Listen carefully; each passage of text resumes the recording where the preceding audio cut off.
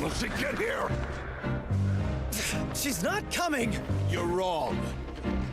She's here.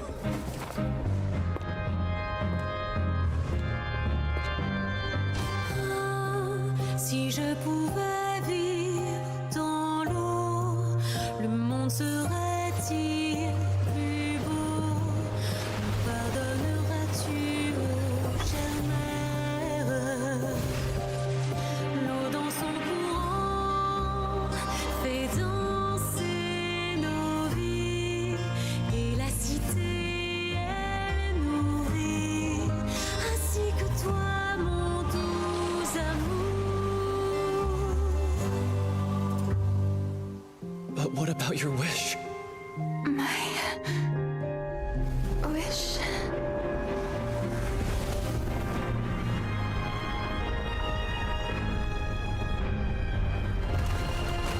If you become human, you can reveal your secret to no one. You will face suffering and loneliness. Is this truly what you want?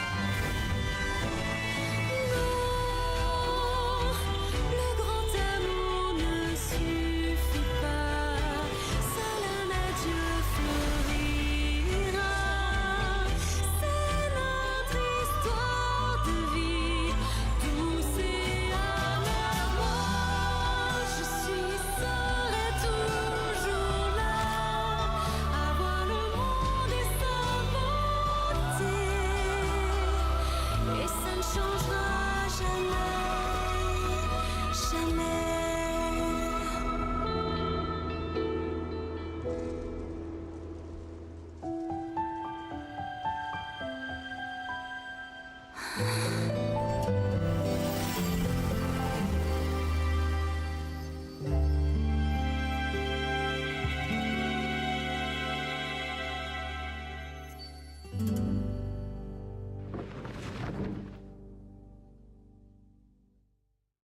A huevo.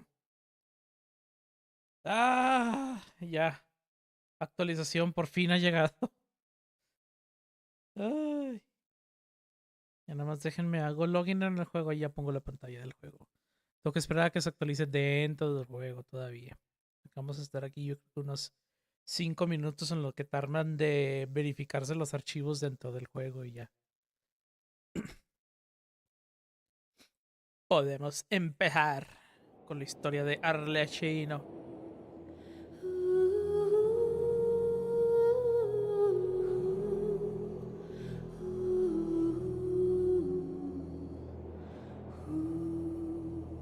Vamos a poner Game Capture, ahí está.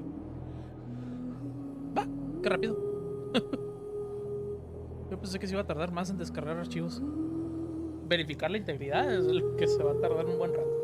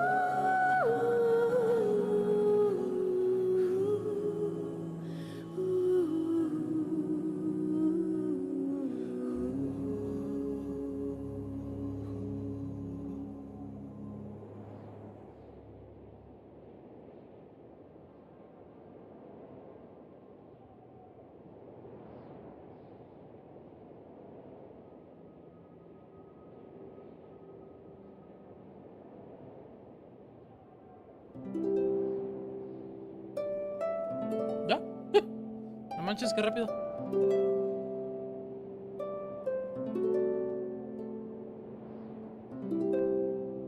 La bendición de tener un Solid State Drive. Hijos de toda su madre, ¿cómo tardó? Se lagazo.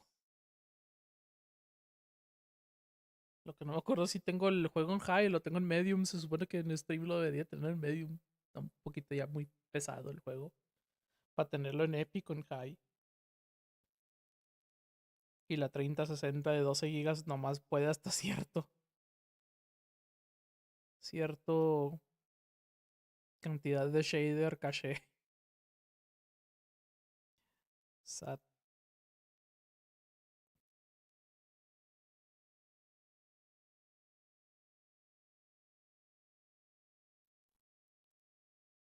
A ver. Esto vamos a moverlo del otro lado.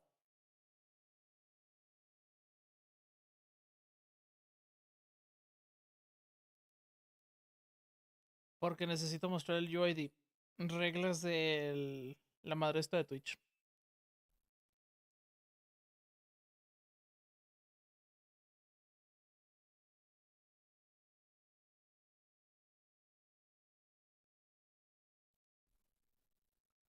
Sería bien divertido que el juego crasheara.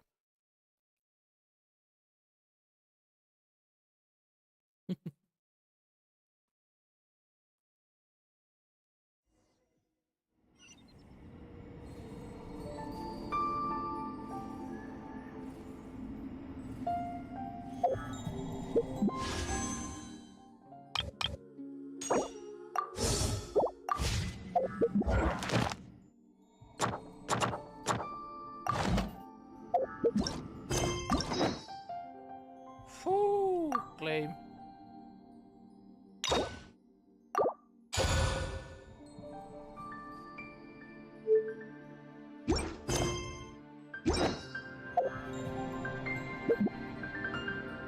Once.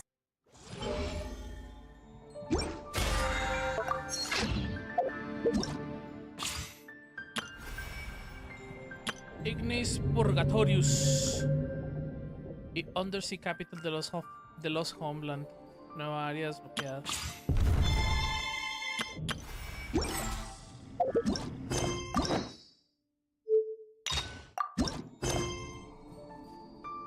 Focused experience mode.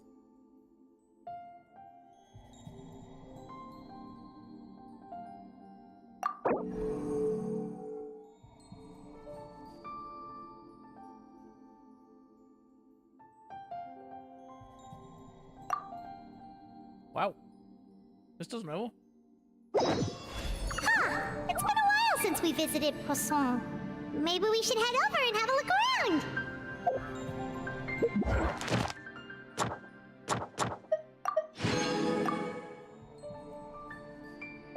Oh, what the fuck?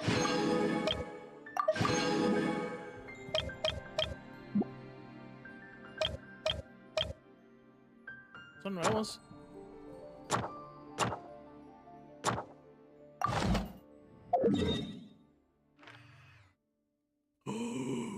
Esta zona está de... ¡Oh! ¿Qué onda? Sí, tengo aquí.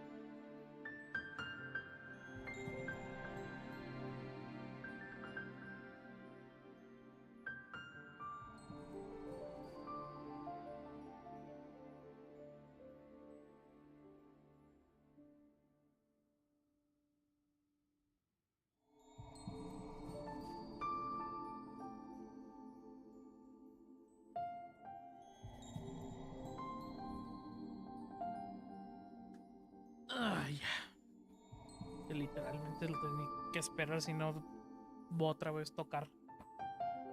Ay, se escapó el frío. Ya está bien a gusto.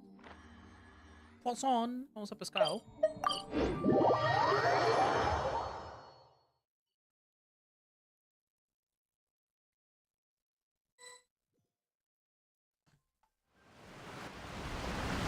Hey, traveler, Paimon. Oh, Paimon knows that voice! Over here.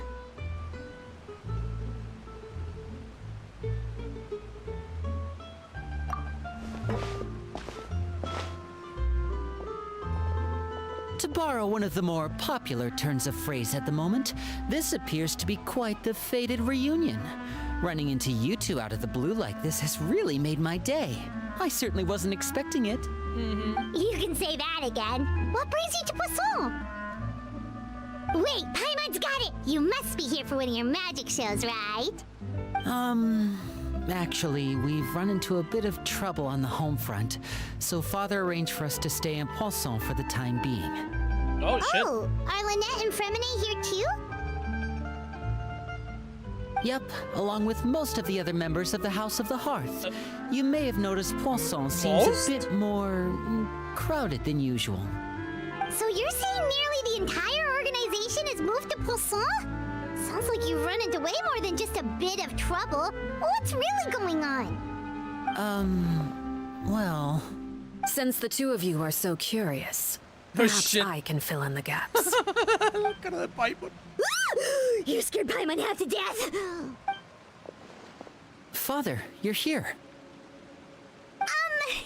You know, on second thought, maybe we don't need to know. It's all probably super confidential House of the Hearth stuff, right? We totally weren't trying to pry or anything. No need to be nervous. I could sense your genuine concern from your conversation just now. Of course, I can also understand your confusion. Sending so many Fatui here to Poisson, it's only natural that some might suspect an ulterior motive to be involved. I understand. I'm well aware you've had your fair share of confrontations with the Fatui in the past, and I can't exactly guarantee that we'll remain on good terms in the future. As for right now, however, I would say we have little reason to be at odds, wouldn't you agree? The House of the Hearth could stand to be more open with those who have worked so closely with us in the past. As for the issue at hand, well, it hardly relates to any ulterior motive. To be frank, it all stems from a certain rumor circulating around the House of the Hearth. It's an internal matter. What sort of rumor? A rumor that a certain phantom child is hiding away in the House of the Hearth. A phantom child? Ooh, just hearing the name is giving Paimon the creeps. A spirit that should have long ceased to exist is lurking in the shadows of the House of the Hearth. So I decided to bring the children to Poisson before continuing to investigate the situation. I expect I should be able to track down the spirit fairly quickly. After that, it's just a matter of resolving the situation, if you will. It shouldn't be much trouble at all. If you're curious, or if you still have some concerns, it might be advisable to stick around for a few days. I'm sure the children would be exceedingly pleased to welcome some visitors. Lenny, I'll leave you to entertain our guests. I have some matters to attend to. Of course, Father.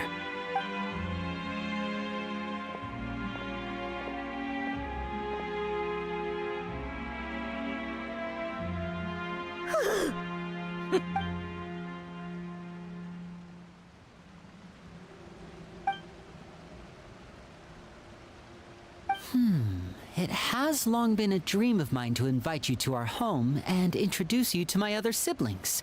You're quite well known in the organization already. A lot of people have been talking about you, especially after everything with the prophecy. If you're willing, why don't you stay a while and have a little chat with us? Alright. We don't have anything else to do right now anyway.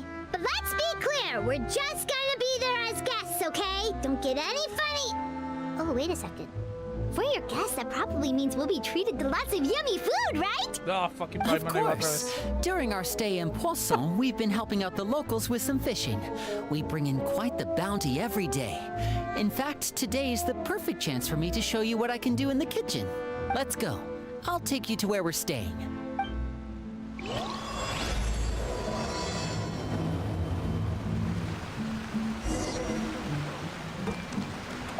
Fuck.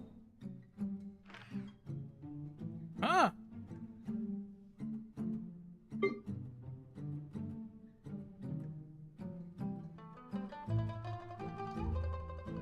What?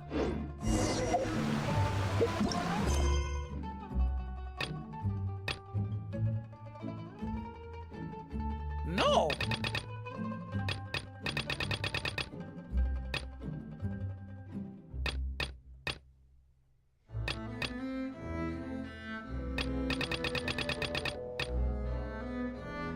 If you're not sure what to do next, how about I take you on a walk?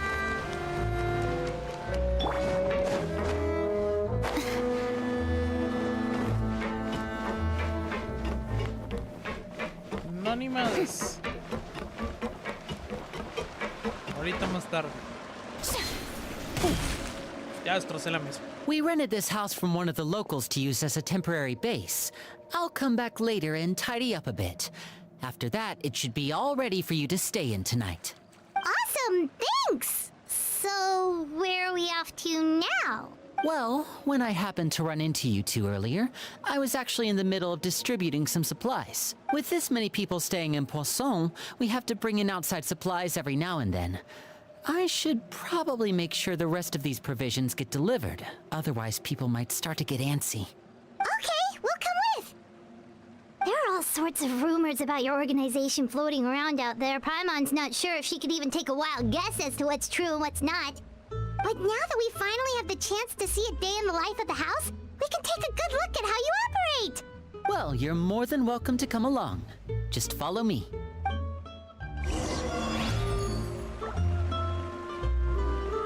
El mocosillo que iba caminando ahí.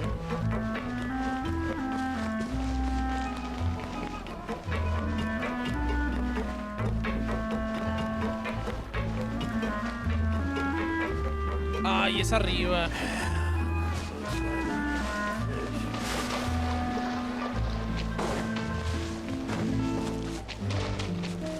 Ah, pues chido.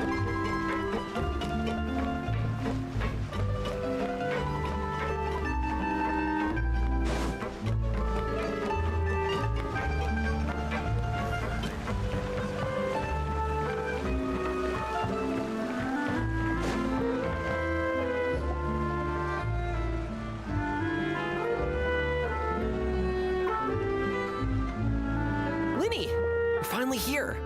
The supplies. I'm assuming you've... Brought them with me? Yep, here you go. Hello? Something caught your eye? It's the Traveler and Paimon! No way! Come here, everyone! Hurry! The Traveler and Paimon are here! One at a time, please. Don't crowd around them all at once. We don't want to scare off our guests now, do we? Oh, it's all right! Gotta say, Paimon didn't realize we were this famous. Of course! Father and Linny have told us so much about you. Father told us about how you helped Linny. According to her, you're a trustworthy friend. And as far as she's concerned, that's pretty much the highest compliment we've ever heard her give. As you can imagine, everyone's been very curious about you. I heard the Traveler is so strong that she can move a mountain with her bare hands. Casi. I heard Paimon eats so much that she can clean out the entire pantry at Hotel Tabor in just 3 days. Wait a second, that's the rumor you heard about Paimon? Oh, not cool at all. Oh, wait, when guests visit, you're supposed to give them gifts and stuff, right? Oh, we don't need something like that. Besides, we don't have anything to give to you. Come on, we insist. I can give you some of my new potions. Just pick your poison.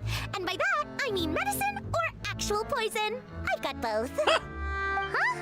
Huh? Or maybe Shaplo can teach you guys about stealth. He's super good at it. He's never been caught. Ah, now that's not a bad idea. I know you usually prefer to fight head-on, but it never hurts to expand your bag of tricks, right? When it comes to eliminating your enemies, staying quiet can go a long way. Trust me, I was poisoned not too long ago, and I'm still dealing with the after effects. God damn. So I'm not quite as good as I was before, but I can still give you some pointers. Dios santo, güey. Parece que estamos hablando con la Liga de Assassins, güey. La Liga de Asesinos, güey, en el mundo de Batman. Wait, when you said gifts, I didn't think you meant poison and stealth tactics. But those are the best things we can give you. You don't like them? Ooh, how about this? Tell me the name of someone who really annoys you, and we'll teach him a lesson for you. Venti. All right, Fold, Selwar. I think that's enough suggestions for now. When it comes to being a good host, it's the thought that counts. You don't need a physical gift to make our guests happy. In fact, pestering them with suggestion after suggestion might make them more annoyed than anything. I would say your enthusiasm has certainly gotten across. Really? Awesome! It's been so long since we've had guests to play with. If there's anything you need, just let us know.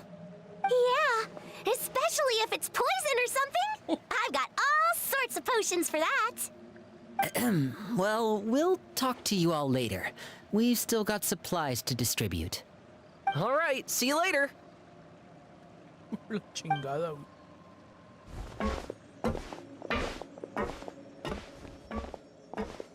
Bye!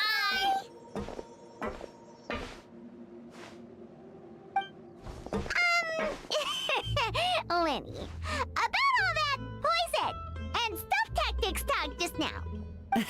Scared you, did it? That kind of talk comes with being part of the House of the Hearth. When Foltz was really young, he strangled all of his family pets, just out of curiosity.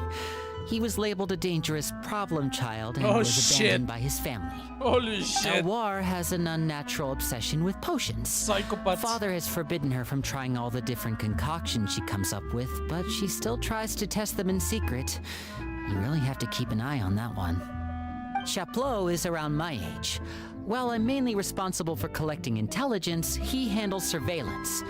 He's very passionate about his work and has no reservations about taking on some very difficult missions. I know you two probably aren't used to that kind of talk, but I can promise you they only had the best of intentions. Things like stealth tactics and developing different poisons, they really mean a lot to them. They were just trying to share the best of what they could offer, that's all. The best of what they could offer.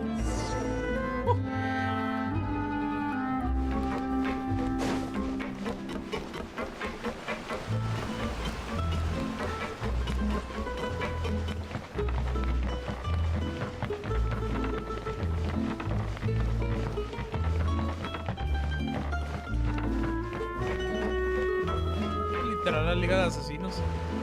Filial, supplies are here. Thanks. And who are these two? Outsiders? Allow me to introduce you. This is the Traveler and Paimon. Oh, you're the famous duo I've been hearing so much about. It's nice to meet you. I heard you've traveled to all sorts of places.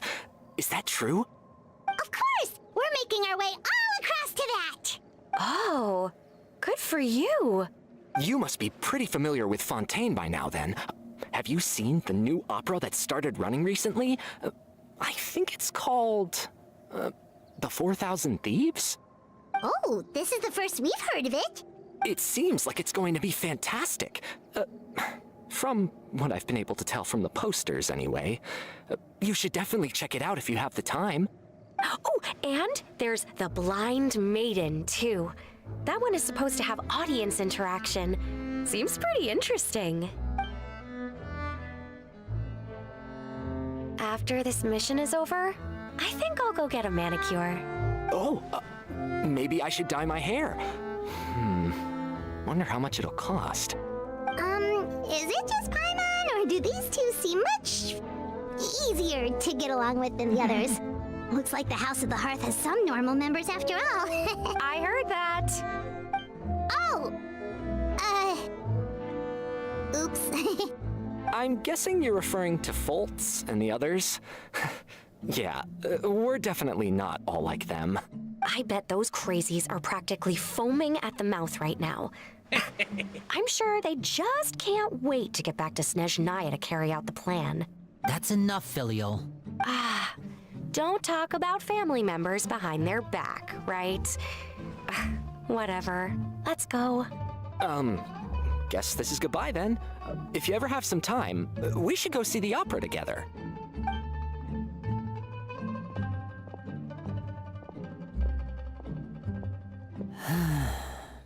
Well, that's it for the supplies. We should probably head back as well. Goddamn. Suena como que hay problemas internos. Well, they didn't seem too happy with each other. Seems like there could be something more going on here. You're right. We're only here as guests after all. Oh, Winnie's getting super far ahead. Come on, let's catch up.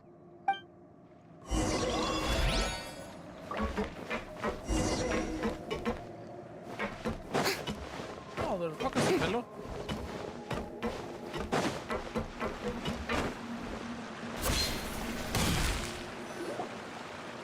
So, what do you think of the members you've met so far? Well, Father is always encouraging us to be strong-willed and independent. So if there's one thing we've got, it's people who aren't afraid to speak their mind. Well, I should probably get cooking. Wanna join? Of course! Then let's head out and... Fremine? What are you doing here? Well, Fremine! Nice to see you again! You too. I heard you're here as guests of House of the Hearth. Welcome. We were just going to make some food. Why don't you come along? I could use some help in the kitchen, and I seem to remember you mentioning you wanted to make seafood soup for the Traveler and Paimon. Seafood soup? Oh, Paimon's drooling already. Were you looking for something just now, Fremine? Maybe I can help. It's nothing. I just wanted to see if there were any extra supplies. Yeah, we've got some left over. What do you need? Some food and water. And some clean cloth, if possible. No problem. Give me a second here. Food, water... Wait a minute. What do you need all of those for? You're not on any missions as far as I'm aware, and you were just going to come eat with us. So what's this all about? I thought I'd grab an extra portion because I get hungry at night. Could be because I'm growing, you know, and... Fremine, you remember what I told you? You're not like me. Your lying skills still need some work. Tell me what's going on. Is it really bad enough that you have to keep it from your own brother? Maybe it'll be better if we gave them some space.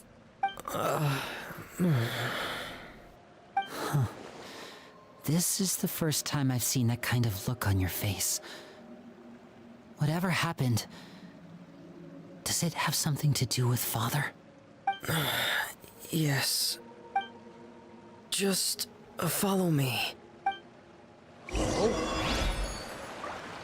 Oh no.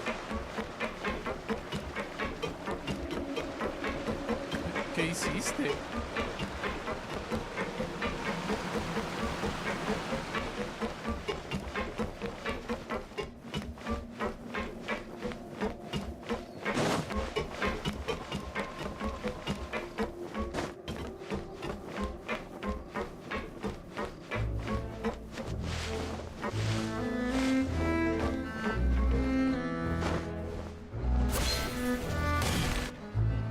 You're back! Oh, and you've brought some friends with you this time. Hello, my name's Linny. I grew up in the House of the Hearth.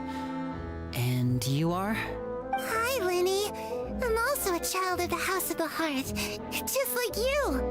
You can call me Clairvy. Clairvy? No fucking way! It's nice to meet you. Does that name ring any bells, Linny? No, not at all. That's not a name we have on our roster, I'm sure of it. What I'm not sure of, though, is how she managed to sneak in. She must be the phantom child Father's been searching for. From the looks of it, I'm guessing you were the one that found her, Fremine. You, haven't told Father, have you? No, I haven't told anyone. I've just been keeping her hidden. For how long? About half a month now. Oh, fuck. So ever since we got to Poisson, then? Do you have any idea what you're doing? I know what I'm doing. Really? Because from where I'm standing, it looks like you're hiding the very person Father has been trying to find. If Father finds out about this, everyone involved is going to be punished. You know the rules of the house, Fremine. I know you do. Father doesn't tolerate any form of betrayal. So why are you doing this? I've thought it through. And I just can't hand her over like that. Linny, don't you remember last year? Sheplo nearly died after getting poisoned during that one mission. He wasn't able to get back before the poison started taking effect, and not a single person was there to help him. That night, while I was sleeping, I heard a voice telling me to go save him. I opened my eyes, but I couldn't find the source of the voice. I thought maybe I was just hearing things, but I went to look for him anyway. Luckily, I got there with enough time to save his life. That feeling of being haunted, of hearing voices, it's happened many times in the House of the Hearth. I'm sure you've noticed. So what you're saying is, that was her? She was the one who spoke to you that night? Unless there are other spirits roaming around the House of the Hearth, I don't think there's any other possibility. If Clairvy were our enemy, it wouldn't matter whether she was a spirit or an actual child. I would have acted without a second thought, because that's what Father ordered us to do. But she's been living with us, helping us from the shadows all this time. I think that makes her family. I couldn't just hand her over to be dealt with. Not when there's so much we still don't know. So what's your plan then? You can't keep her here forever. Someone is bound to find out eventually. I haven't thought that far yet. I don't want to disobey an order from Father, but I also don't want to put Clairvy in danger. Come with me. There are a couple things I'd like to say to you in private.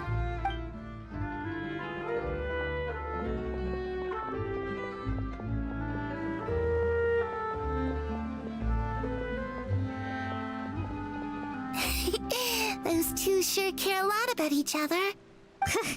Well, they got a funny way of showing it.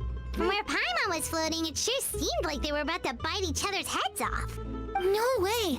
They have a really deep bond. I could tell right away, because I also have a friend like that.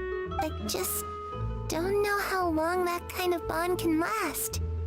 The darkness in the house runs deeper than you can imagine. No one can get out alive. I'm sorry, Linny. I really didn't mean to drag anyone else into this. Oh, really? You didn't mean to? 'Cause I, for one, wish you did. Huh? What do you mean? You know, when we were younger, you didn't call me Linny. You called me brother, just like Lynette. We grew up together, the three of us. We were all orphans, all rescued by father. Of all the siblings in the House of the Hearth, I think our bond was the closest. Later on, when you started calling me Linny, I wasn't actually surprised. After all, Lynette and I are related by blood. We've had to depend on each other to survive long before we joined the house. Linny, The darkest and most difficult moments of my life happened before you and I had ever met. I'm sure that's true for you as well.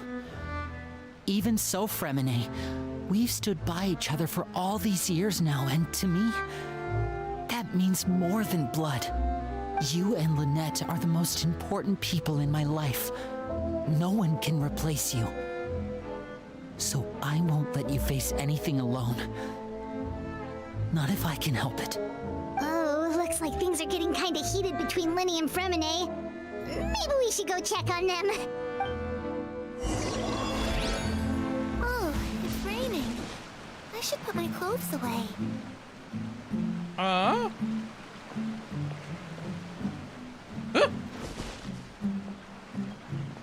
Oh. Harry? What? Looks like she's not here either.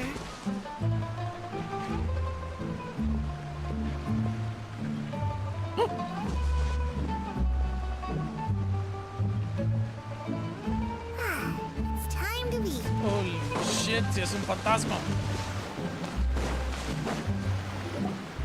Hey, you two! Hope we aren't interrupting anything. Like a fight, or... Oh, wait a minute, Fremine. You're not crying, are you? Is everything all right? everything's fine. Thanks for asking. Well, we're all friends here, right? We've been through so much together, so if there's anything we can do to help, just say the word. It's just a small family dispute. It's not something our guests should trouble themselves with. In fact, it might be better if your stay ended here. What are you getting at, Traveler? When guests are around, families are often on their best behavior. And any disputes are less likely to escalate. That's what you're trying to say, isn't it? I just... Thank you. I was really hoping to keep you out of it. But even if I could think of some other reason to turn you away, I'm not sure I could convince you. I know things could turn dangerous, so I promise you this. From now on, I'll protect you like my life depends on it. Me too. Well, back to the matter at hand then. If we don't plan on handing Clairvy over to Father, then our only other option is to solve the mystery of her identity before Father is able to track her down. That means finding out where she came from and what she's doing here. Then we can send her on her merry way and pretend like none of this ever happened. I've tried that already. And? And... nothing. I tried taking her somewhere really far away, but...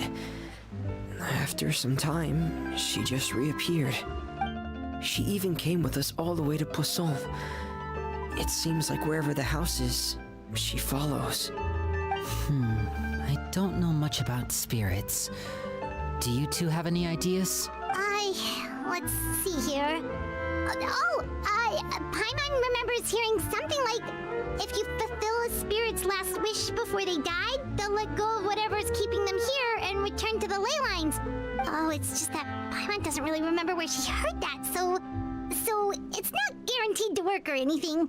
Well, sounds like it's worth a shot. Guess that means we should go ask her about her wish. But first, Fremine, I need you to promise me something. What is it? I need you to promise me that this will stay between the two of us. We're the masterminds behind this whole thing. No one else gets involved. Can you do that for me? Of course. I promise. All right. Then let's seal the promise just like when we were kids. Fist bump on 3. Ready? 1, 2, 3. I swear. Oh shit.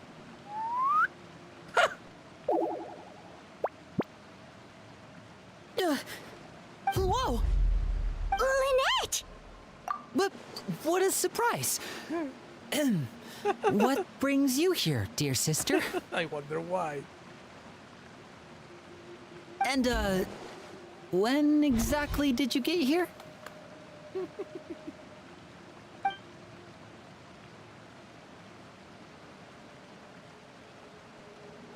You're an idiot, brother. And you too, Fremine. You 3, Traveler. And you 4, Paimon. Wait, what did we do? I've seen Clairvy around the House of the Hearth before. I hadn't seen her in Poisson, so I figured she must not have come with us. But it turns out, you were just hiding her. I heard you talking about your plan. Rather than steering clear of the situation, I'd rather fully join in.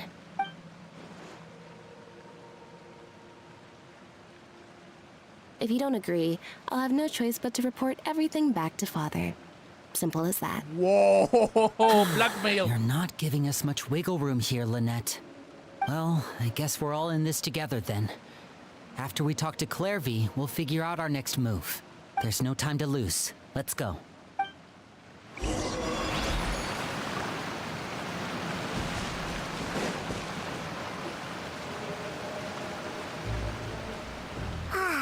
I'm full.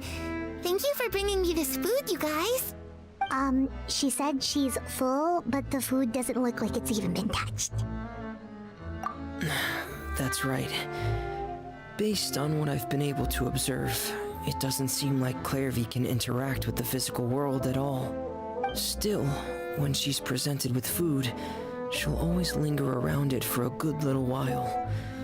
Maybe, in her mind, she really is eating those things. Does she know that she has already passed away? I've tried to ask her, but she didn't answer.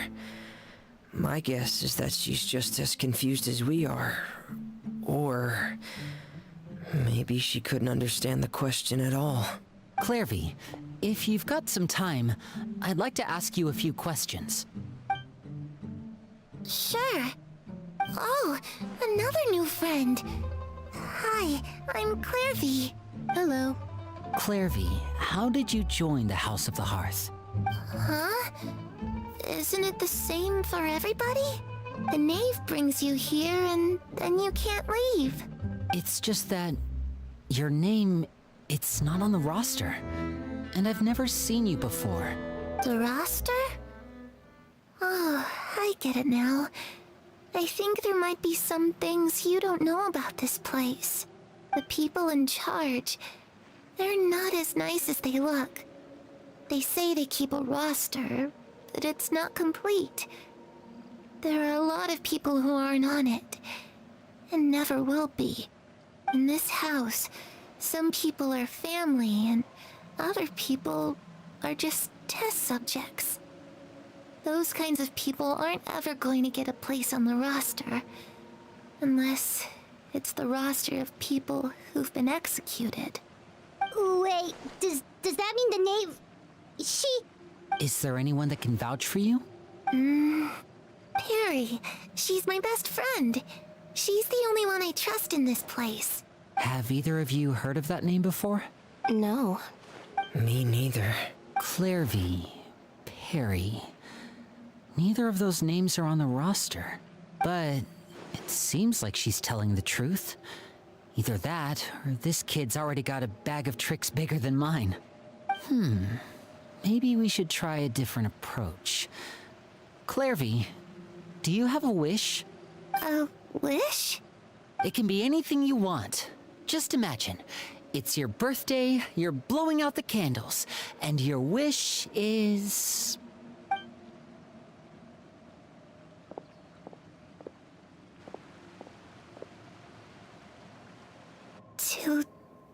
to go outside, where the sun can find me.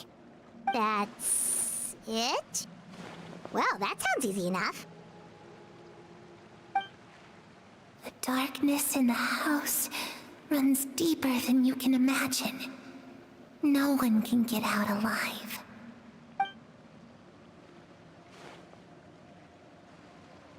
Okay, time to divide and conquer. Listen up. I've got a plan.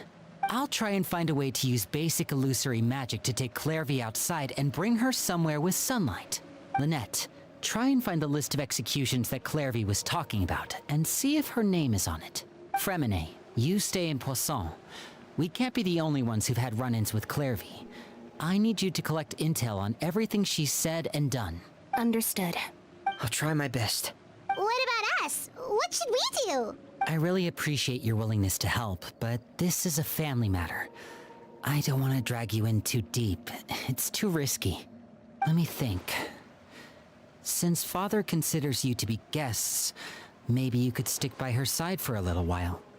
You don't need to do anything except keep up some nice, casual conversation. Ah, Paimon gets it. You want us to distract her. I'll give you a magic bird. If Father suspects something, all you need to do is release it when she's not looking, and it'll alert me that something's wrong. Of course, that's only as a last resort. If Father doesn't seem to notice us, there's no need to make contact. We'll reconvene here tonight after all's said and done. If the worst-case scenario happens and we're discovered, just tell Father everything. We're not going to let our guests get punished for our own actions. That's where we draw the line. You too. Okay, this is where we part. Father should be at the beach nearby.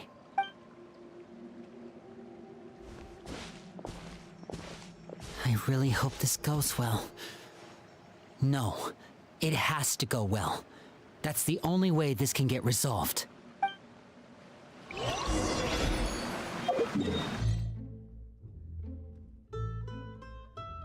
Uf, va a ser más rápido si me vengo por acá. ¡Está pescando! Literalmente está en el puesto de pesca.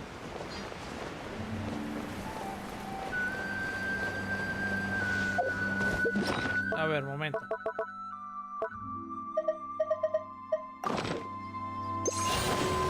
Por favor. Mejor ítem que han sacado, la verdad.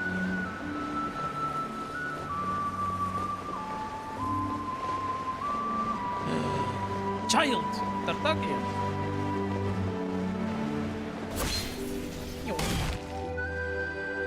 It's the knave!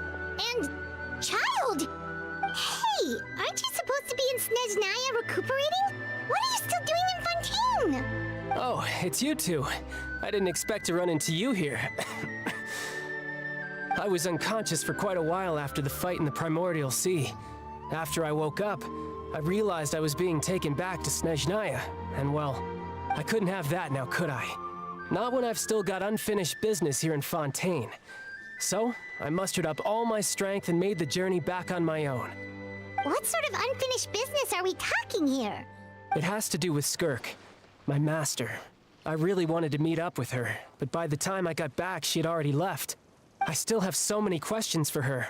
Without any other leads, all I could do was ask the knave to help me track her down. She must have left behind some traces from her time in Fontaine. Oh, okay, so have you found any clues? Unfortunately, no. While the House of the Hearth is adept at collecting all manner of intelligence, certain existences can still manage to escape our purview. Basically, unless Master feels there's a need to meet with me, she's not going to be found. But that problem has an easy fix. I just need to become stronger, and then... Paimon thinks you should focus on getting better first. The worst of it is over. It's all thanks to that one kid from the House of the Hearth. Elwar, I think her name was. She gave me a bunch of random potions to drink. They didn't go down easy, let me tell you. Pain and chills all over. But they really did help speed up my recovery. And that's good, because it looks like I really do have to head back this time. The old man's been putting the pressure on me. He sent someone to tell me I'm needed for some sort of project. Project Stuja? Yeah, that's the one. I heard Regrator's involved too. I'm not looking forward to having to listen to all his monologuing, that's for sure. Hey, maybe you could think of a way for me to stay in Fontaine for a little longer.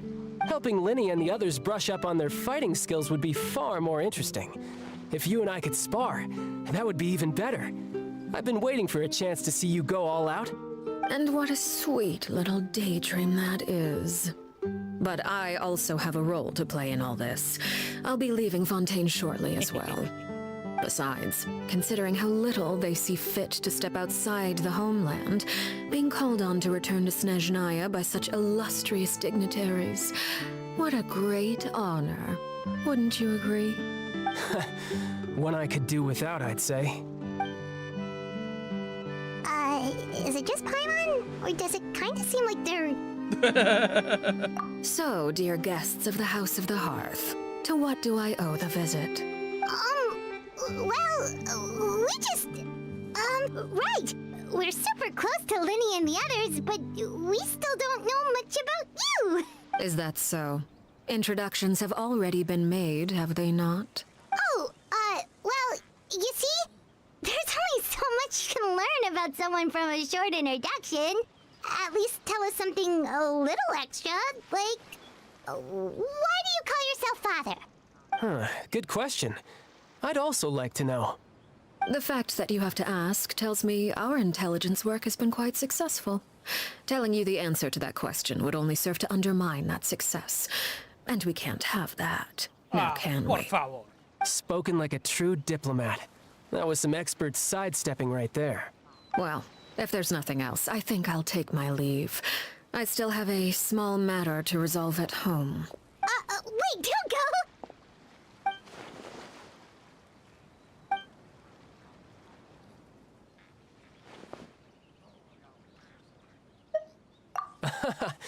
I'd also like to hear the answer to this.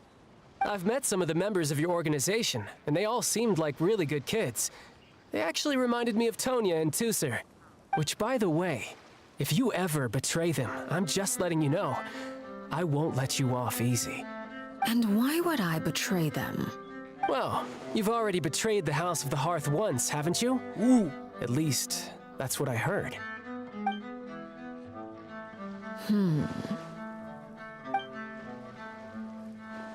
Okay, I admit. That's just what the old man told me.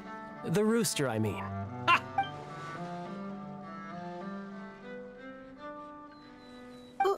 Wait, did you really do something bad to those kids? Never mind what I've done. I'm more curious as to what the mighty rooster had to say. Care to enlighten me? Well, nothing much. Just some stuff about you taking out many other members of the House of the Hearth, and even going so far to attack your own family. I see. Oh, based on your reaction, I'm guessing it's all a bunch of lies. Hardly. I don't appreciate his particular turns of phrase, but I suppose he didn't say anything untrue. Although, it would be more accurate to say that there is a certain level of prejudice involved, but I don't intend to clear that up just yet. Prejudice has a funny way of concealing the real truth behind certain things, an attribute that I find to be quite advantageous. Call yourself a Fontainian, for example, and people will assume all sorts of things, when the real truth is that this is simply the land where I was raised. Huh? You're not actually from Fontaine? But then why did you try to help out with the prophecy and everything? I was trying to protect the children born in Fontaine. Claiming that I myself was a Fontainian simply made it easier to operate. People would hardly suspect a fellow Fontainian of having any ulterior motives. Who wouldn't want to save their homeland after all? The primordial sea wouldn't have any effect on me, but it would have caused great harm to the House of the Hearth. Well, you wanted extra information, didn't you? There you go. I hope that satisfied your curiosity.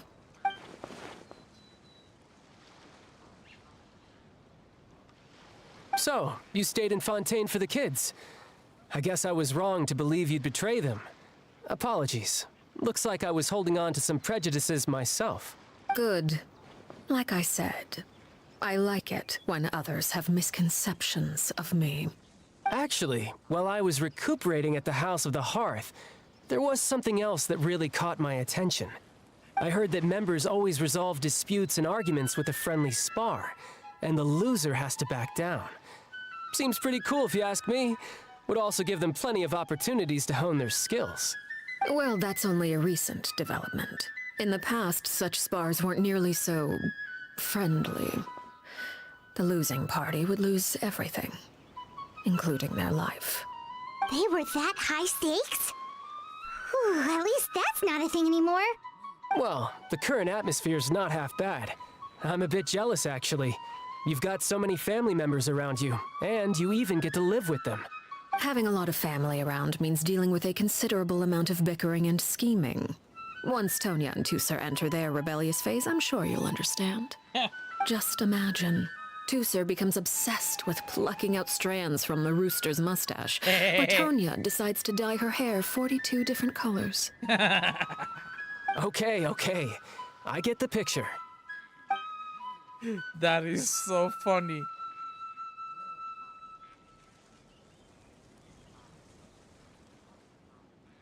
Well, would you look at the time? I should probably get going. Traveler, Paimon, I'm not sure where our paths will cross next, but the next time we run into each other, we should definitely try and find some time to spar. Again, maybe this is a conversation we can have when you look less like you're gonna keel over. All right. Well, thanks for everything, Arlecchino. No thanks necessary. You also played a part in obtaining the Gnosis. I would say we can call ourselves even. I like the sound of that. Well, I'm off. See you all some other time. We should probably get going too. Do you want to head back with us? Oh? You want me to leave so soon? Well, you see... I'm rather enjoying the evening breeze. If you don't mind, I think I'll stick around for a bit. I have some things to think about. Apologies for not attending to you like a proper host. Please forgive this slight. I do hope you'll have a pleasant stay. We managed to keep her distracted until nightfall. Good thing Child was there to keep the conversation going. You don't think she suspected anything, do you? Oh, no, she did. Oh, I wonder if Liddy ran into any issues. Let's hurry back and see how everything went.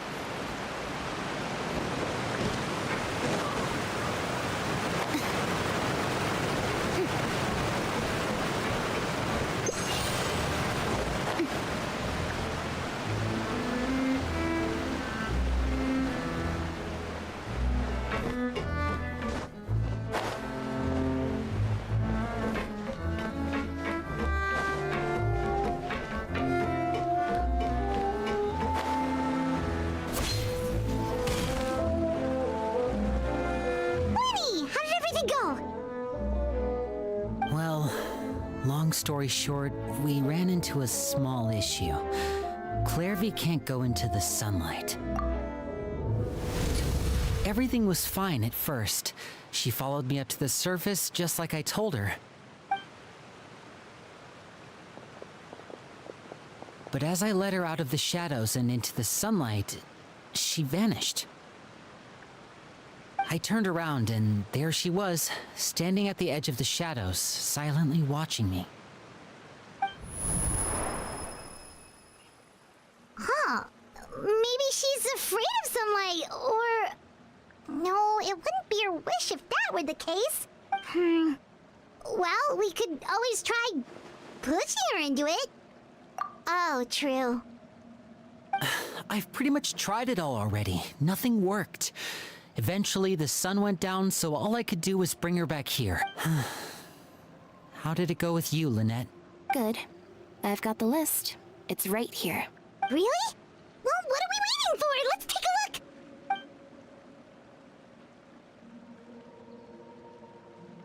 Oh, that's a lot of pages. Oh, it's gonna take forever to get through it all. We can each take a section. Here. La Pouillade. Oh, yikes. That Aurora guy has a... Ah, I've met him before. Did he say anything else? Well, I asked if there was someone he was interested in. He said no, and that's where our conversation ended. It was only later that I learned he really did have someone he liked. He risked everything to escape so he could be with her, but it didn't work. One day, Father asked to see him, and, well, I never saw him again after that. Wait, so that means the knave... It may seem cruel, but it's just one of the rules of the house. Betrayal is not to be taken lightly. We know too many secrets to come and go as we please. So, if you do try to leave, you pay with your life. Her name's not here, huh? Well, that's not too surprising. It doesn't seem like this list is complete. It only contains records dating back around 5 years. Let's shift our attention then. Fremine, were you able to find anything out? Fremine. Sorry. I was thinking about something. I managed to talk to quite a few people, but I couldn't help but notice that the atmosphere in the house was a little... strange. Strange. Yeah, I mean, I know there have been arguments in the past, times when people haven't gotten along. Chaplot and Filiol are a good example of that. Oh, those are two of the people that we met while delivering supplies. Paimon can see how they might not get along. They had very different vibes, and their, interests seem to be pretty different as well. That's to be expected, actually. Father brought us all here, shared her knowledge with us, taught us how to fight. That's one thing we all share. But that's also where the similarities end. Not all of us feel the same desire to stay here. As members of the House of the Hearth, we're also considered part of the Fatui. And to a lot of people, that's an identity they never asked for. Certain members get older and realize they want something else for themselves. But considering the rules of the house, most people would never say that out loud. People like Chaplot and Foltz are loyal to Father and her vision. They're proud to be part of the Fatui. Filiol and Nantoy, on the other hand, well, they aren't quite as enthusiastic. These kinds of conflicts have always been there. It's not like Father is in the dark about any of this. Well, that's true. But it just feels like things have gotten worse lately. Filiol and the others, it seemed like they were meeting in secret to talk about something. I can't say for sure, but I think they've met Clairvy. You think she's been inciting them to act out? No, not exactly. But I wouldn't be surprised if she said something to them about the darkness in the house and how deep it runs. She's told me about it before. Experiments being run on children. People being used as pawns on the battlefield without so much as the strength to survive. And they just believed all that? Without any evidence? Clairvy's words probably gave them the excuse they were looking for. Whether they actually believe them to be true is secondary. This is all because of Project Stuja, isn't it? Whoa, hold on a second. What's this Project Stuja all about, huh? This is the second time it's come up now. Sorry, but I'm not sure of the details either. I only know what Father has told us, which is that it's something the Rooster and Regrader have been working on together. Apparently, it has to do with the Fatui's strategic plan for the future. Because the House of the Hearth was so successful in obtaining the Gnosis, we now have the honor of playing a key role in Project Stuja. Wait, but isn't that a good thing? Key role is just another way of saying dangerous role. To us, the whole thing is an inconvenience. Father thinks so too, but she's in no position to refuse. Their plan isn't exactly unreasonable, and they've been funneling the house a lot of funding. It's just that we'll lose a lot of members in the process. Participating in the plan It's an honor in name only. What they're really trying to do is subdue us. The existence of an intelligence organization outside their control makes them feel uneasy.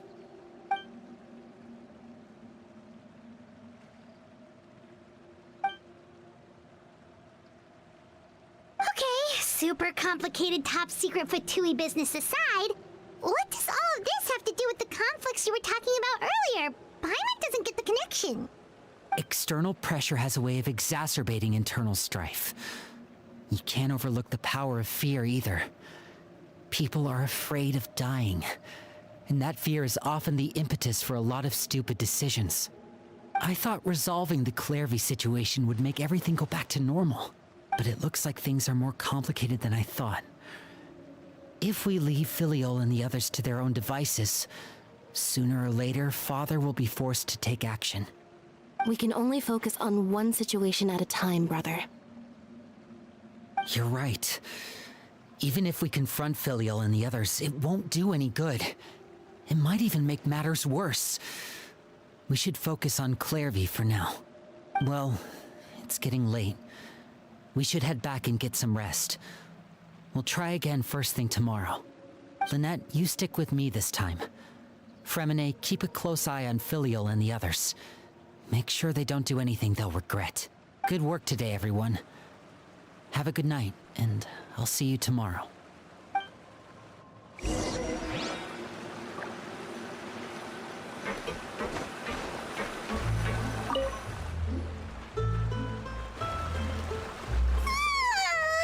Oh, I'm always looking forward to an early night, but she can't sleep at all. Hey, you don't think the knave will be too angry? She's even scary when she smiles. If she were to actually get angry... Ooh, you have to protect Paimon if that happens, okay, Traveler? Trust is effort, Traveler. Look! Look over there! Quick! Let's catch up with her before anyone sees!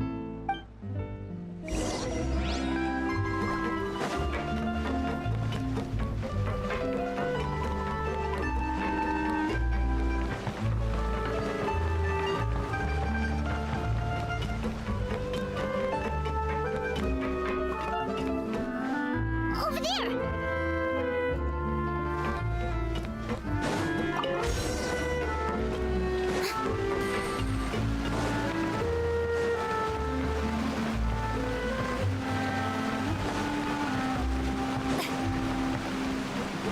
Oh, where is she going? Oh, if someone sees her, we're toast!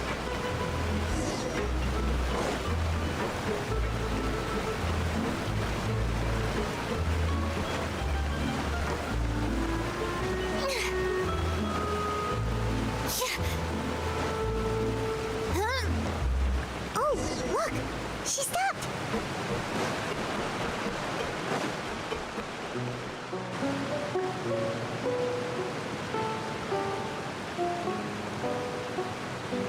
Clairvy!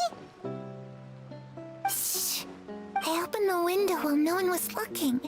Look how pretty the outside is. If only I could have more than this. You probably think I'm being silly, huh? All this hopeless resisting. It's better to dream of what I could have than try to make it a reality, right? Please, help us get on the same page here, Clairvy. We need you to tell us what you know. Can you do that? Sure.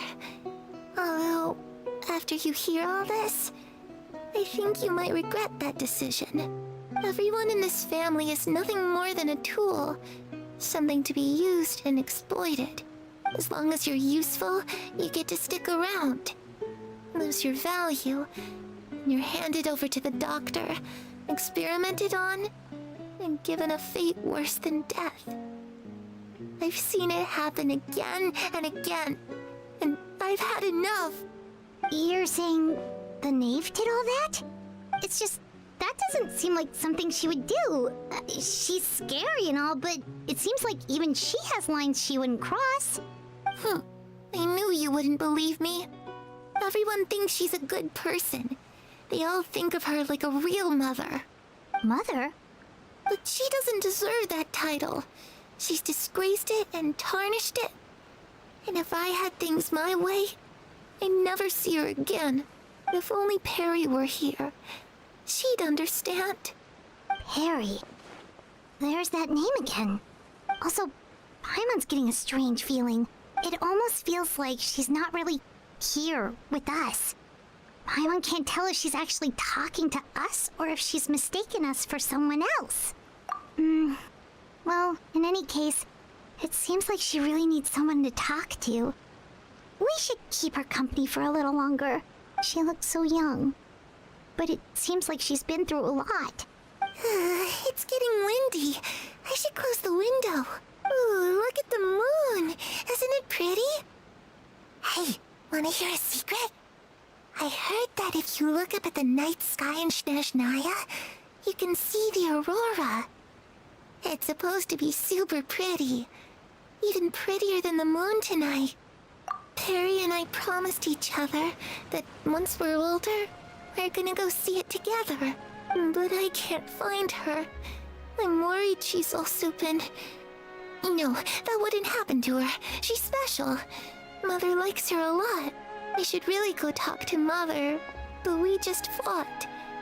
She doesn't want to see me, and I'm too scared to face her. What should I do?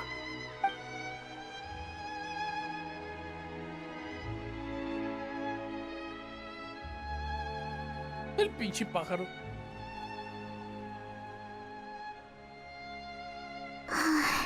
Paimon really doesn't understand what's going on with her. Well, let's head back. We've got an early morning tomorrow.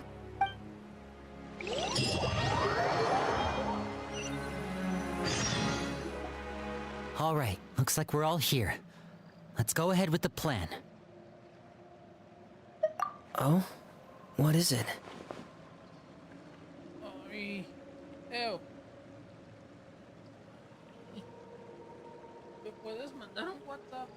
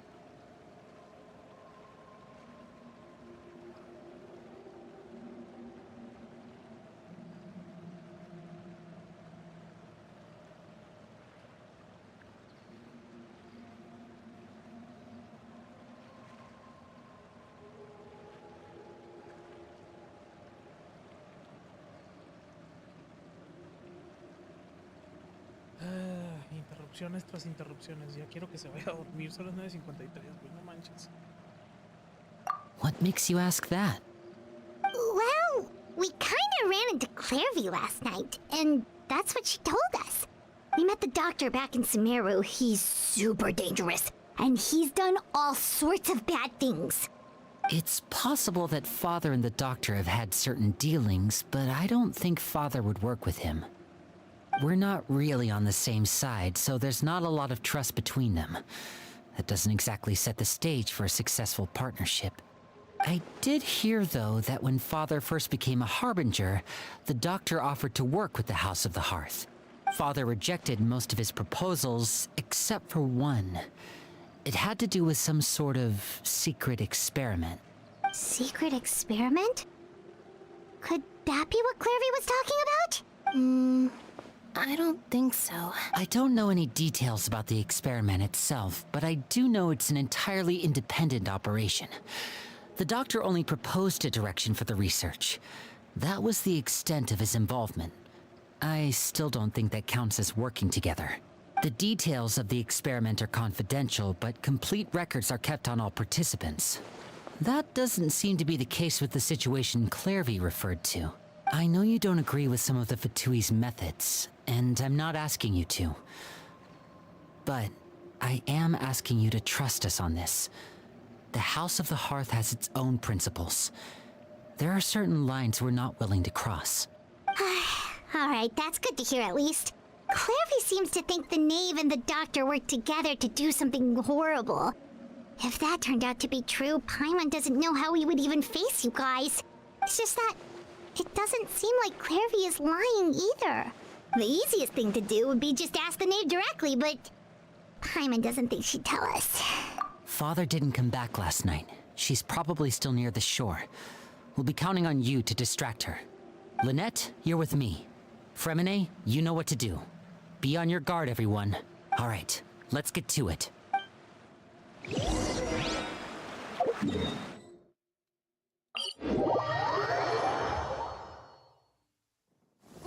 It's pouring out here.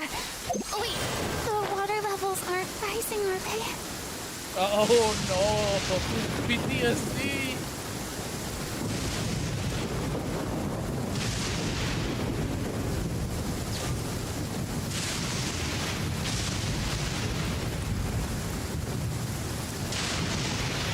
Sería bien gracioso, güey, que nos cayera un rayo encima.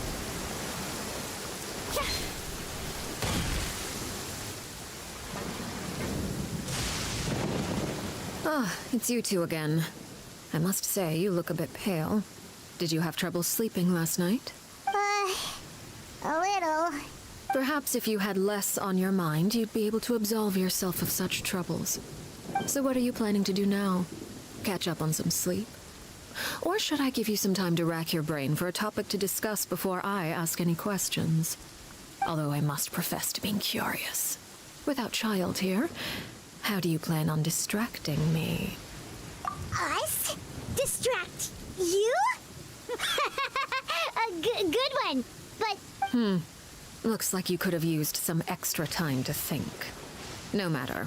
If you don't have any other plans, why don't you accompany me somewhere? Don't worry. I'll be sure to steer clear of any scheming children.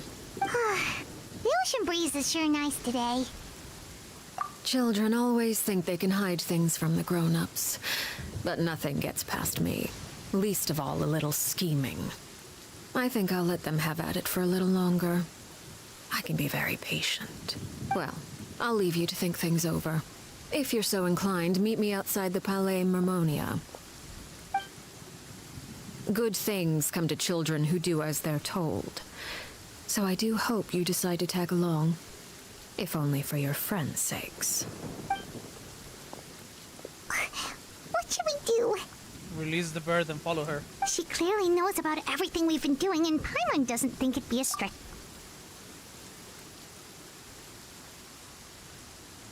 Oh, good idea. Hopefully he's... Well, we should probably head to the Palais Mermonia. Paimon doesn't want to find out what happens if we don't show up. Based on what the Knave was saying just now, it sure didn't seem like it'd be anything good. Okay, then we probably shouldn't keep her waiting. It seems like Linny and the others are on thin ice, so let's do our best to not get them in any more trouble.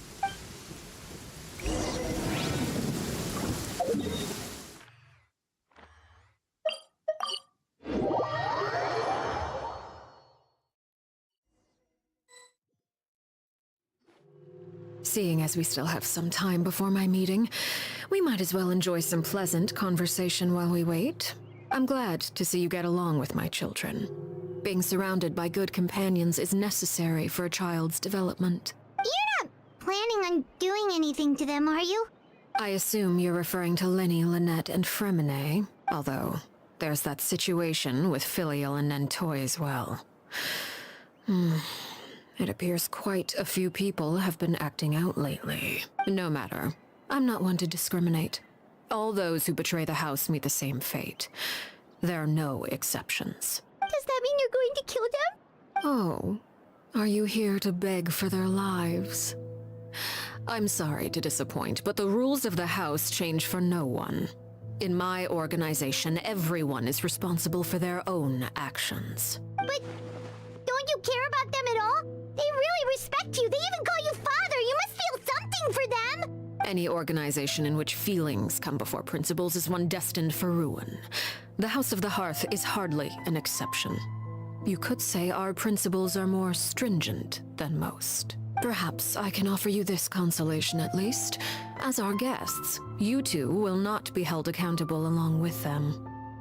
I would imagine Linny, Lynette, and Fremine will be able to keep their lives.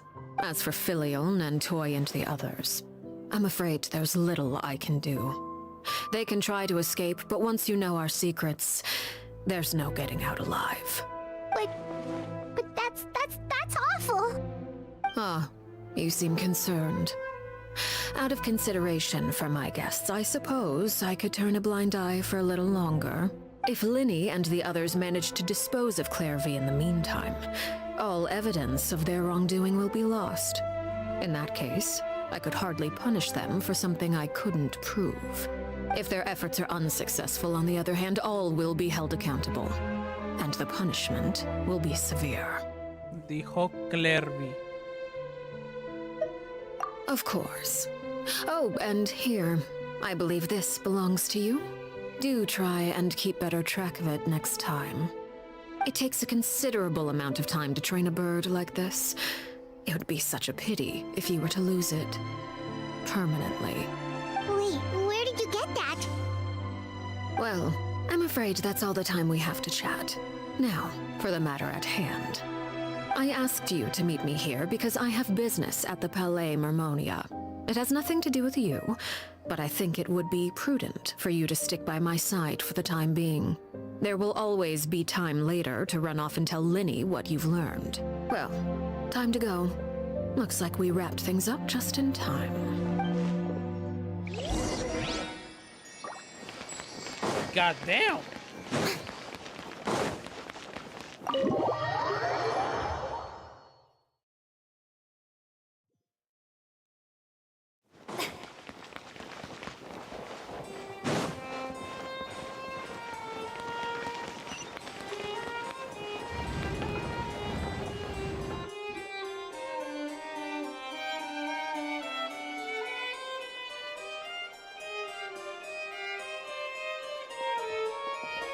It's been a while, Monsieur Neuvillette. I must say, I wasn't expecting my meeting request to be approved quite so quickly.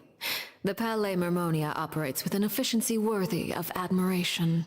It is only right that an esteemed diplomat such as yourself should be afforded the proper level of respect. Although, if I may speak plainly, I must confess that I did not anticipate we would have the occasion to meet again after presenting you with the Gnosis. I see you brought the Traveler and Paimon with you as well. If I may inquire as to the purpose of your visit. I'll be departing Fontaine shortly. There is, however, an outstanding matter that I would like to see resolved before I go. It requires a rather lengthy explanation, I'm afraid. So I took the liberty of explaining everything in this proposal. Please review it at your leisure, Monsieur Neuvillette.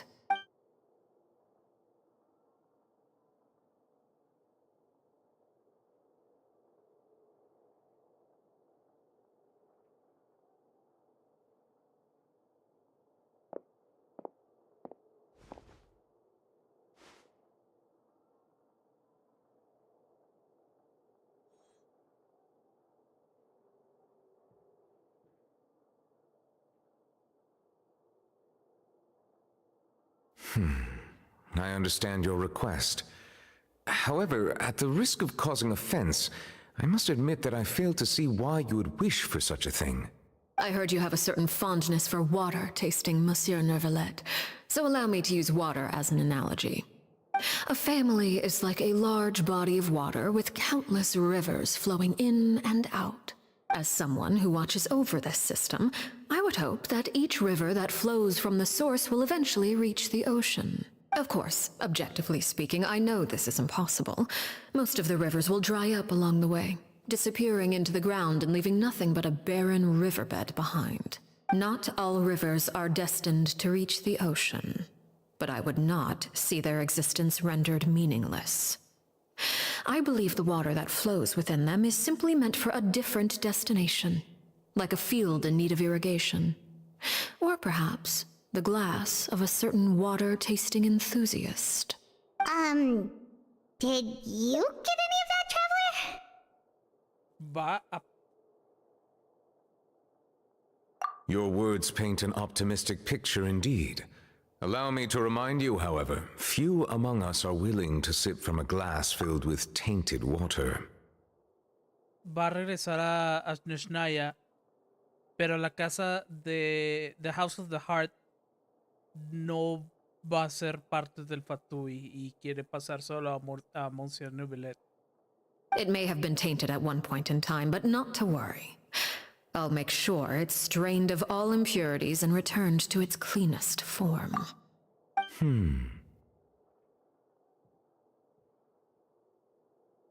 I seem to recall there being a transactional aspect to your proposal. Perhaps you could expound on that? If you accept my proposal, Monsieur Neuvillette, I will gradually withdraw my forces from Fontaine.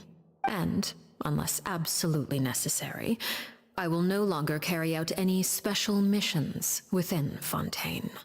I presume I can take your words to mean that, in the future, cases similar to the Tartuffe assassination will cease to cross my desk? Yikes. Tartuffe? Ah, that thief who embezzled funds from all those charities, you mean? My deepest condolences to his family, but without any evidence, I cannot imagine how the House of the Hearth might have been involved in his passing. Of course, if you accept my proposal, Monsieur Neuvillette, I'm sure certain measures could be taken to reduce the frequency of such troubles. You choose your words carefully indeed. In that case, I am inclined to accept your proposal. My thanks for your generosity, Monsieur Neuvillette. Well, with that settled, we should be going now. I took the liberty of bringing along 2 bottles of spring water from Snezhnaya for you to enjoy. I do hope I get the chance to hear your impressions. Perhaps at our next meeting, yes? Indeed. I trust you would not overlook your commitment in the meantime. All right, Traveler Paimon. Time to go.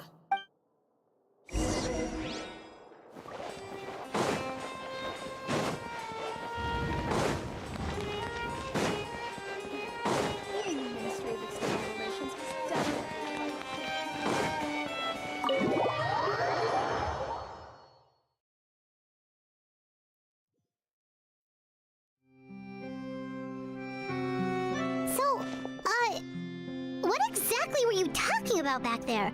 Paimon only heard you mention some rivers, a large body of water, and then some kind of irrigation scheme. You really want to know? I would imagine there might be more pressing concerns at the moment. Winnie, Paimon really hopes everything's going okay. Oh, Paimon recognizes that look. You've got your thinking cap on, don't you, Traveler?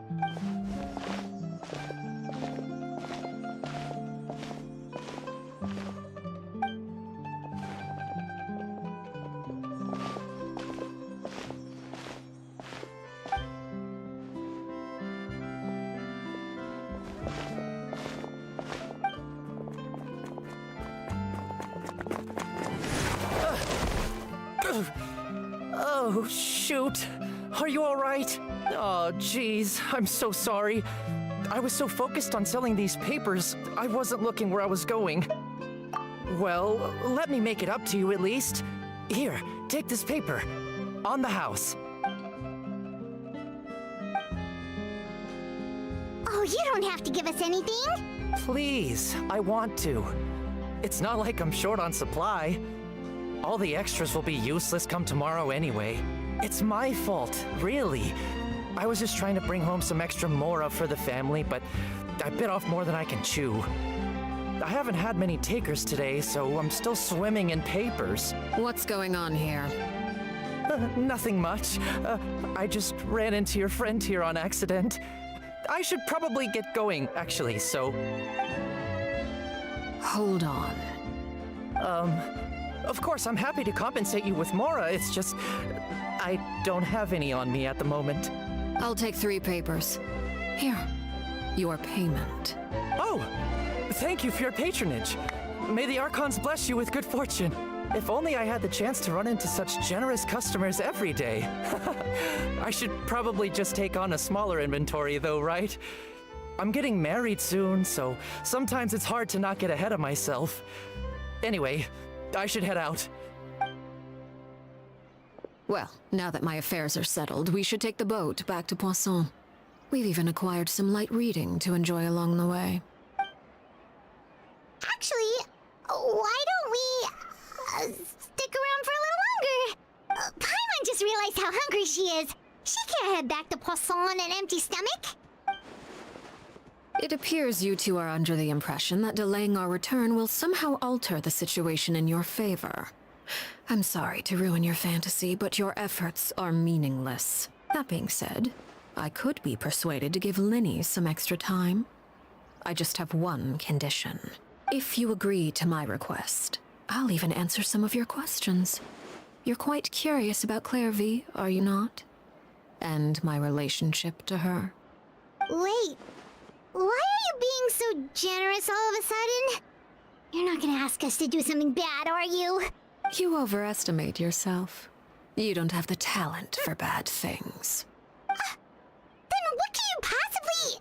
The most important consideration in a negotiation is that both sides receive something they want. Demands and threats only get you so far.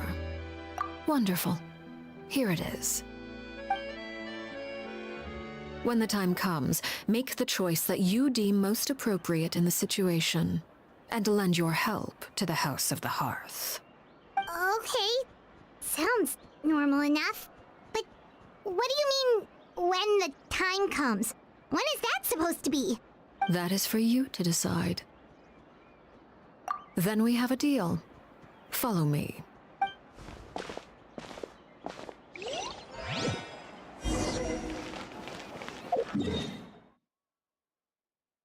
Wow. Es lo que creo que es. La antigua ubicación de House of the Hearth.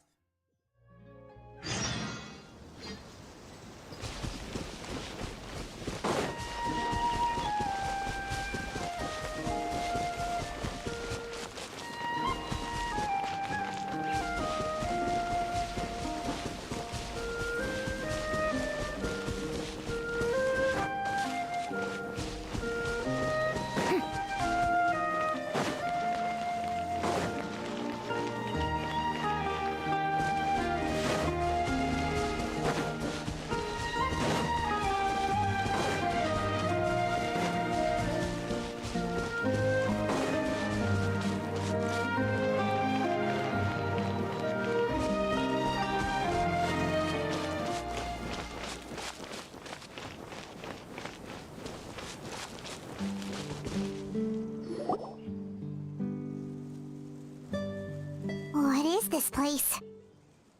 Somewhere long forgotten by everyone. It used to be a grand building. Now it's nothing more than a pile of rubble. No one comes here anymore, nor does anyone care about what once happened here. Although, this place does have something to do with the story I'm about to tell you. It was before I became a Harbinger, and before Linny and the others joined the House of the Hearth. Due to certain events, I first killed Clairvy and then her mother. And this is where it all happened. You were the one that killed Clairvy? Patience now. Allow me to explain Clairvy's side of the story first. I'll start from the beginning. Clairvy was 6 years old when she was brought by her mother, Crucibina, to live in the House of the Hearth. From the outside, it seemed like a fairy tale. A thriving family made up of kind adults and friendly children.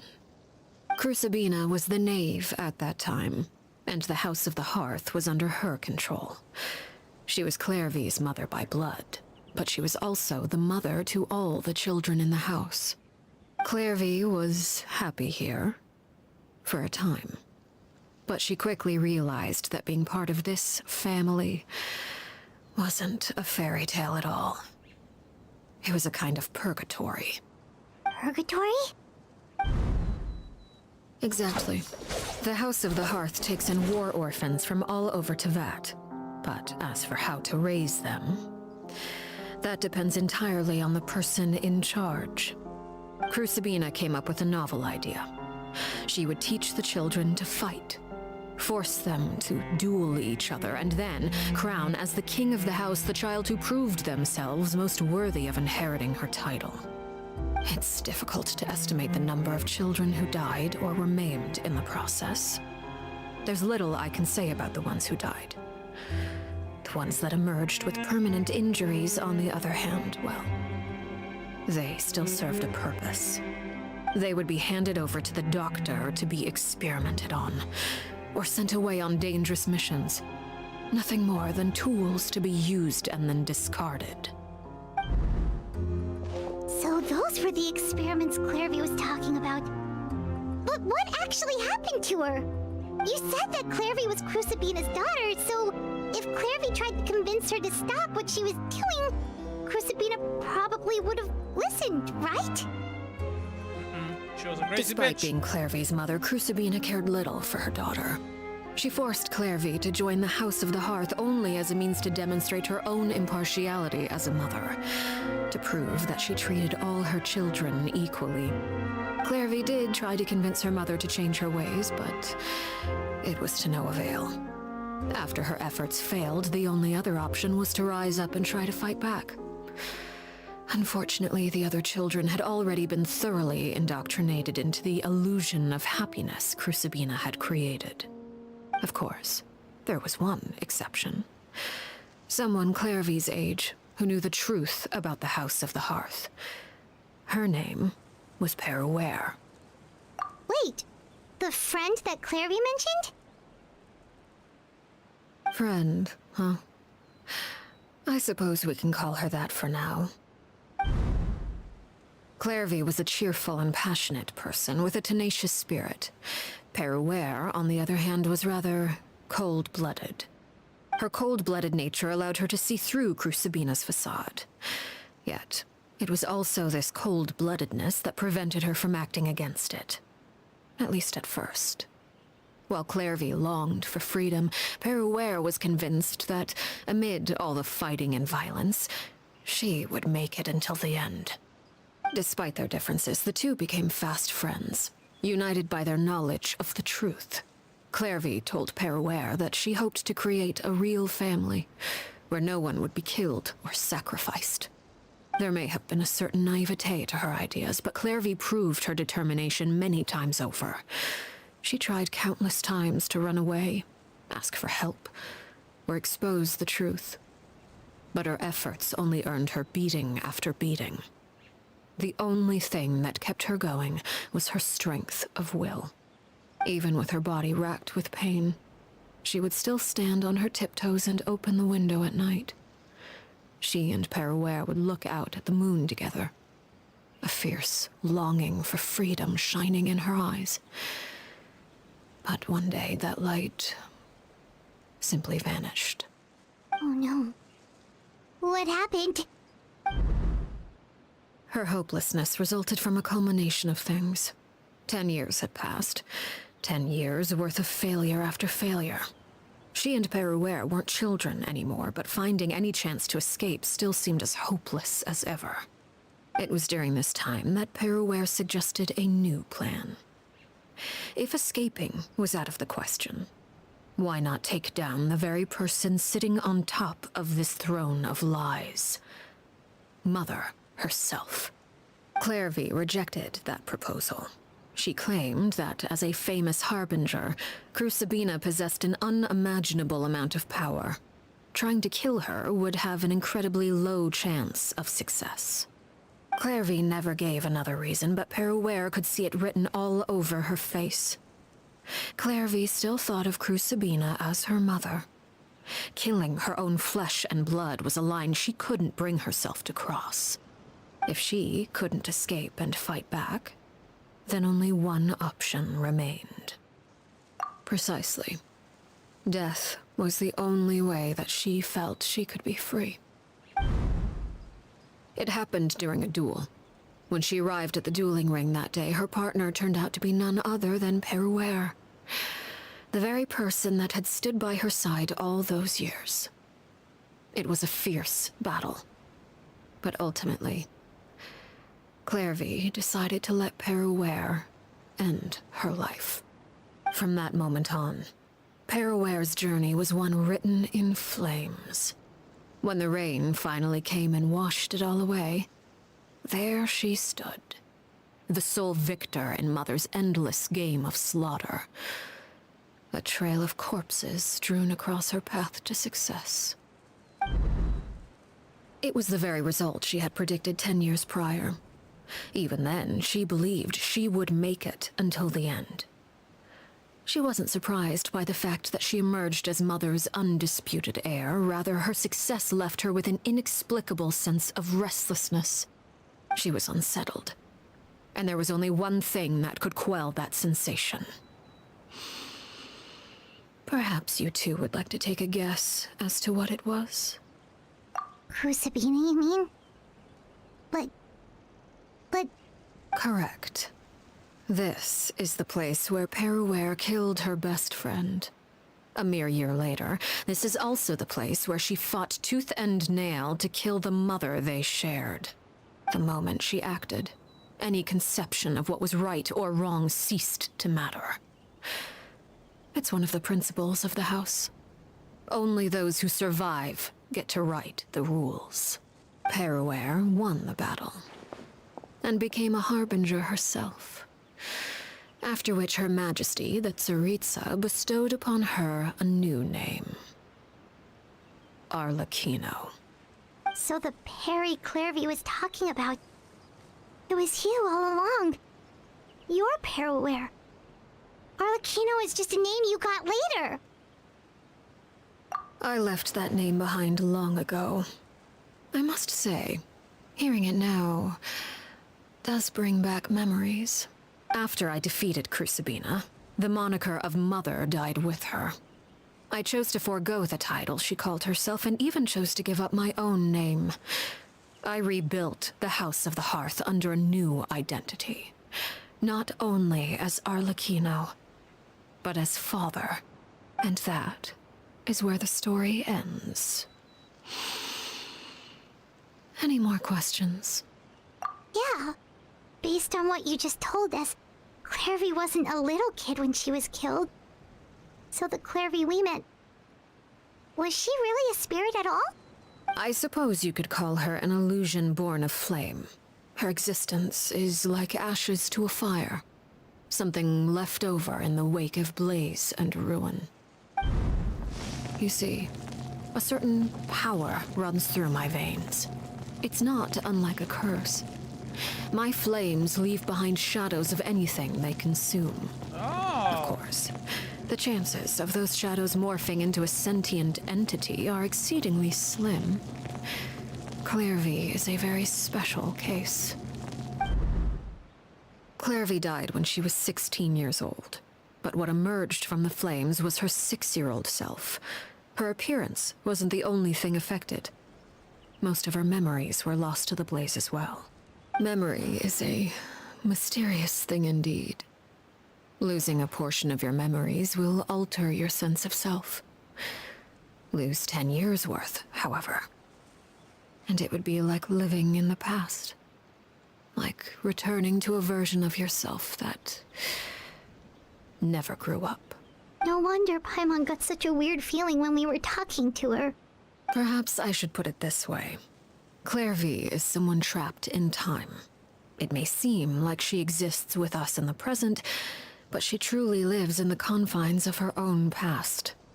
So if all of that is true, then you must have known about Clairvy for a long time. Indeed.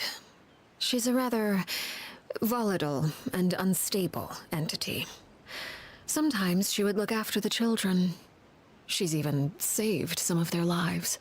But other times, she would hide from me and become obsessed with revealing the truth about the house to anyone who will listen. Shadows don't have the capacity to learn or grow. Any new information they encounter is quickly forgotten over time. Your attempts to expose Clairvy to sunlight.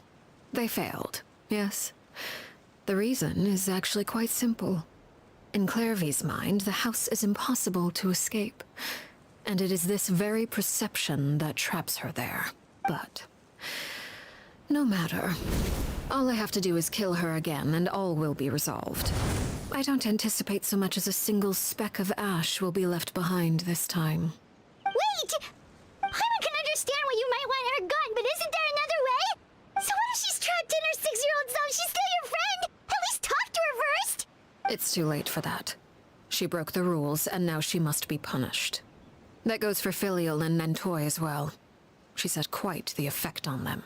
I hope you understand the difference between Crucibina and myself lies in our formulation of the rules, not our policy for enforcing them. Upholding the rules without question is a trait we both share, because that is how a household should be run. Is this really what you want to do? Whatever could you mean? Don't you want to say a proper goodbye at least? Oh, shit. Whether as a killer or as a father, there are two things that must be avoided at all costs: anger and sorrow. Anger makes you impulsive. Sorrow causes you to waver. Well, it appears it's about time to proceed. Before we arrived, I told some of my well-behaved children to bring our troublemakers here by nightfall. I do believe I've kept my end of the deal. I gave your friends quite a bit more time. As for what happens now, we'll just have to wait and see.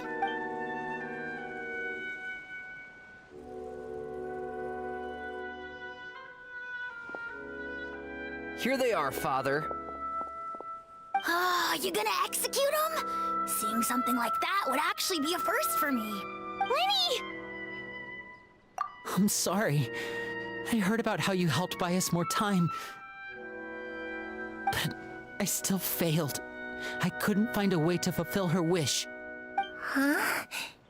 Are you... Perry? Indeed, it's been a while, Clairvy.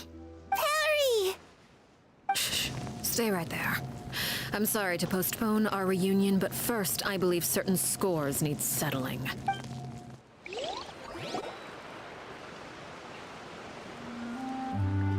Father, let me explain. Out of my way. Father! You chose to conceal a threat to the house. And for that, you must be punished. Overall, however, I suppose your wrongdoing is hardly the most egregious of the bunch, so I'll deal with your punishments later. As for right now, the more pressing concerns are the traitors among us. By traitors? Do you mean us? Father, let me explain. We didn't mean to... Fultz, why don't you share what you heard? Yes, Father. Secret Midnight Meeting number 3. Participants, Filial, Nantoy, Sato, Toddy. Nantoy clearly said, if only Father wasn't the one who took us in. Sato added, I'm sick of this life. I just want to live as a normal person. Filial was the worst of them all. She called us crazies and said a bunch of mean things about Father. I did not! You're lying! Fultz is trying to frame us. It's not like I'm the only one who heard those things. After that, you and Toddy and a bunch of other people started talking about Clairvy. You were using all those things Clairvy brought up as an excuse to question Father. We're birds locked in a cage. The only way out is to destroy it. That's what You little... You just want me gone, don't you? What did I ever do to you, huh? And you, Sheplo, have you forgotten who stood by your sickbed, watched over you, and changed your dressings? Come on, let's hear it then. What's your reason for all this? You're wrong, Filial. We don't want you to die. You're our family. Liar. You wouldn't be doing this if that were the case. So why? Why have you backed us into a corner? We all live in the House of the Hearth. You know the type of work we do, Filial. A single betrayal can cost dozens of us our lives. It's not like it's never happened before. That kind of thing is hard to forget. That's why the House of the Hearth cannot tolerate any form of betrayal. Ever since we came to Poisson, you've had 7 secret meetings. A lot of the things you talked about really crossed the line. You've been spying on us for half a month? Wait a second. Now that I think about it, The move to Poisson was just a way to make it easier to spy on us, wasn't it? Because we were all in one place. You've had this planned all along. Filial, Nantoy, I'm sorry. I owe you both my life. I owe Clairvy too. If it weren't for all your help after I got poisoned, I wouldn't be standing here today. If this were any other situation, I would do anything to repay that kindness, even if it cost me my life. But rules are rules. I'm sorry. My hands are tied. Why? That's enough, Filial. We made a mistake, and we should own up to it. We broke the rules, plain and simple. And now we have to face the consequences. I'm sorry, Chaplot. Fultz. I'm sorry, Father. We accept our punishment. Chaplot, according to the rules of the House of the Hearth, how should these traitors be punished? All those who betray the house pay with their lives. And so it shall be.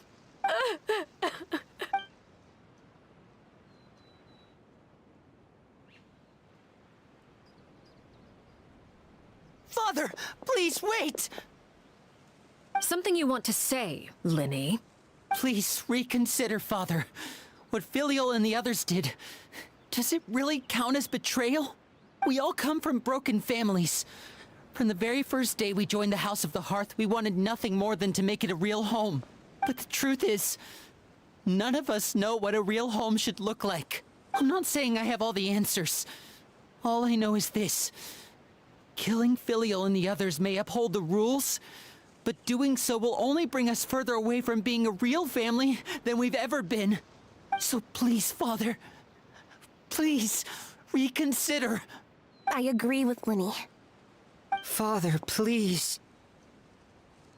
Linny, you... I also agree with Linny. An order once given cannot be rescinded.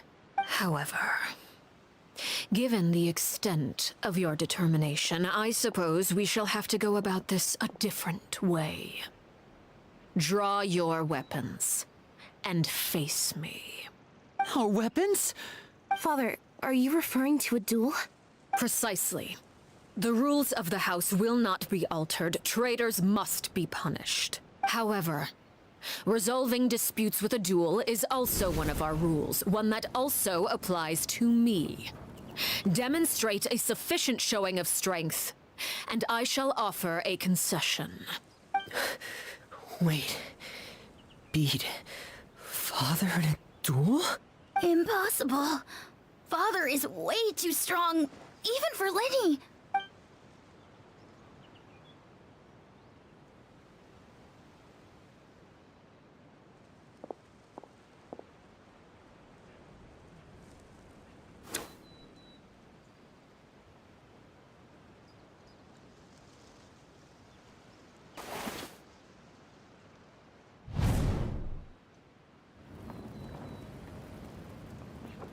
Did you hear that, Traveler? Linny and the others have to duel the knave. What should we do? Can they really win something like that?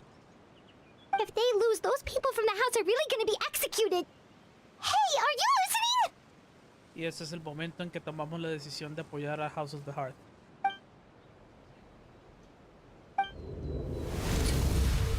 Don't you want to say a proper goodbye at least? Anger makes you impulsive.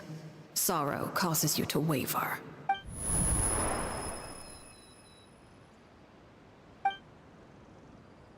Oh, looking at that expression on her face, she seems really serious about this.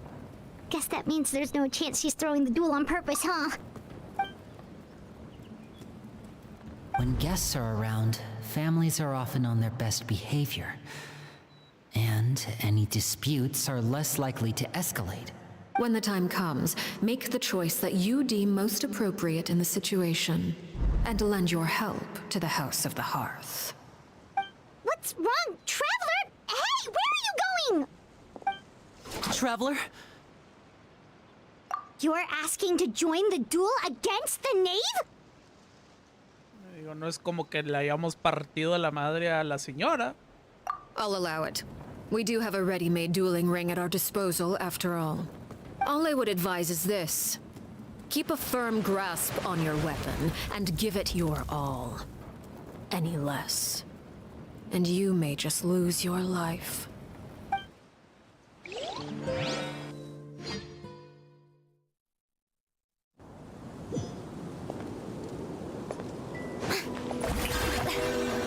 Everyone hold hands! Is illusion shattered? Inazuma shines eternal!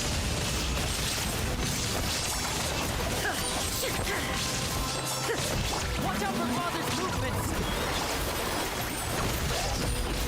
Is it my turn now?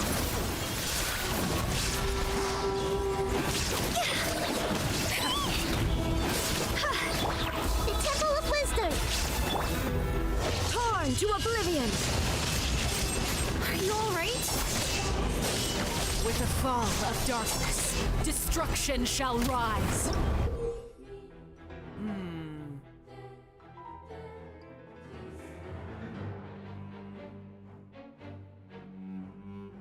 Oh, okay.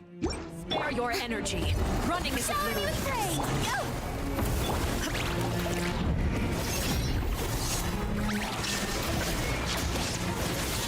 Let the world collide!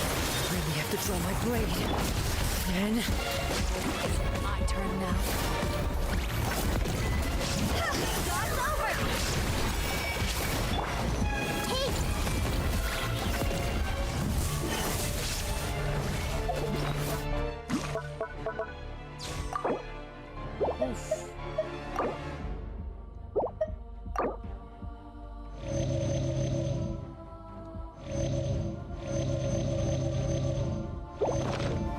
Spare your energy. Running out our chance. Ow. Ow. I see everything!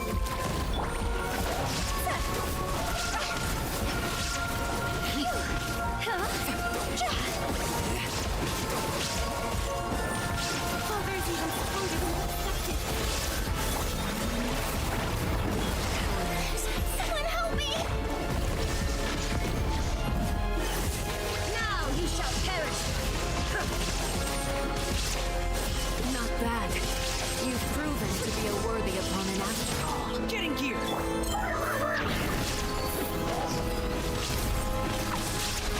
Spare your energy. Running is of little use.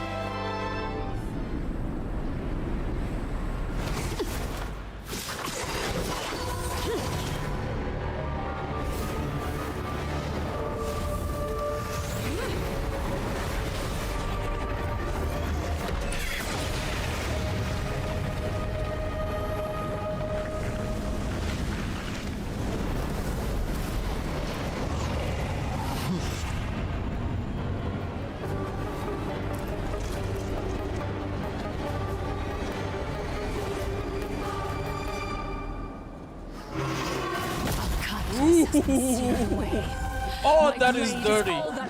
That is dirty. Oh. Se mamó.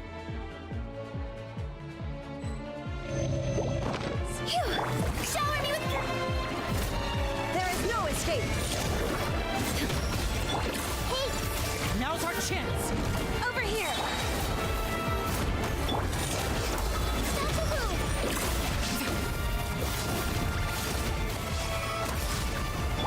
Let my name echo in song! Yoo-hoo! Shine down. Watch out for your movements! Made manifest.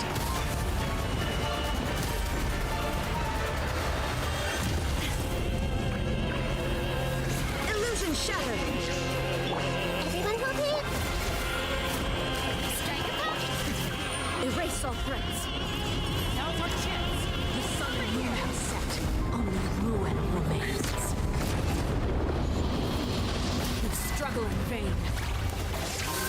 Inazuma shines eternal.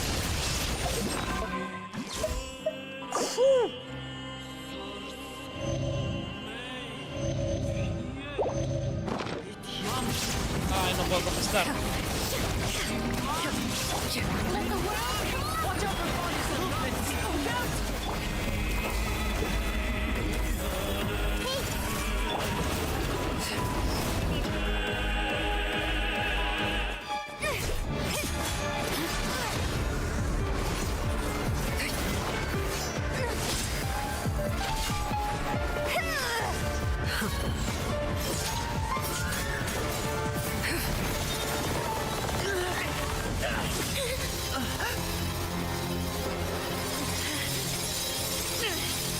You should know better than to crowd in one place.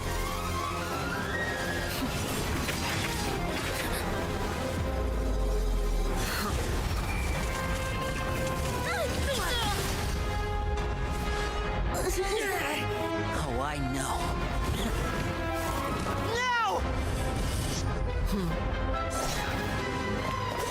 I'm sorry, Father!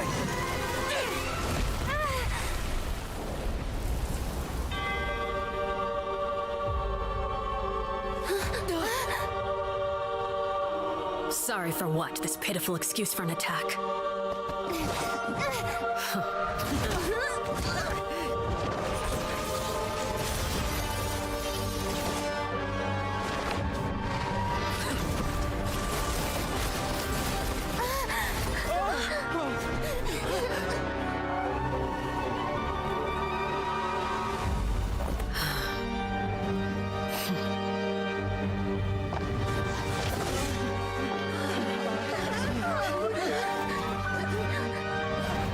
Father, no!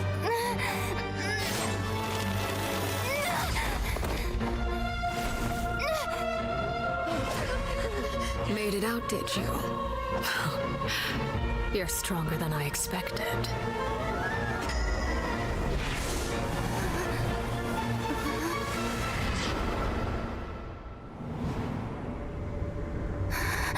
A crimson moon. I can't move.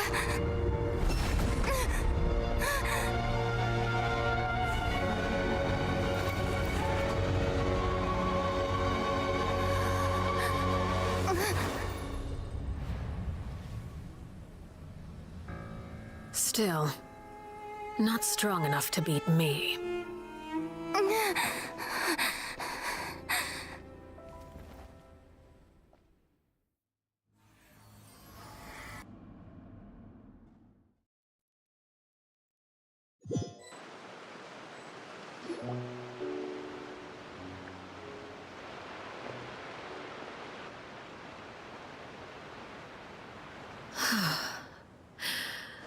I believe we can end things here. It's not often that we get to enjoy the company of guests, after all. We wouldn't want things to get too out of hand. Brother, are you all right? Lenny, Given that I am the victor of this duel, as agreed, the punishment stands. No! I never thought things would end like this. However, everyone involved in the duel demonstrated a remarkable level of strength and determination. In light of this, I'm prepared to change the method of execution. Elwar, the bottled flames I gave you for safekeeping. Do you still have them? Yes? I wasn't sure what they were for, but I've kept them super safe. I didn't lose a single one. Wonderful.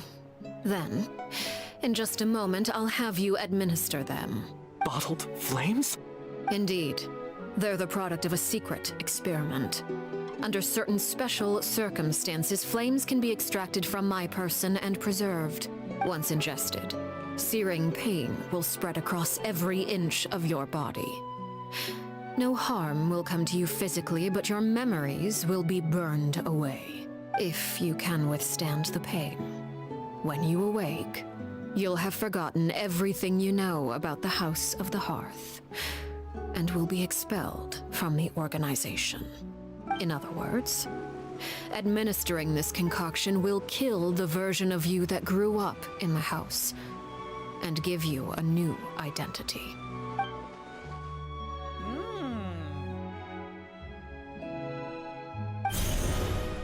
Memory is a mysterious thing indeed. Losing a portion of your memories will alter your sense of self.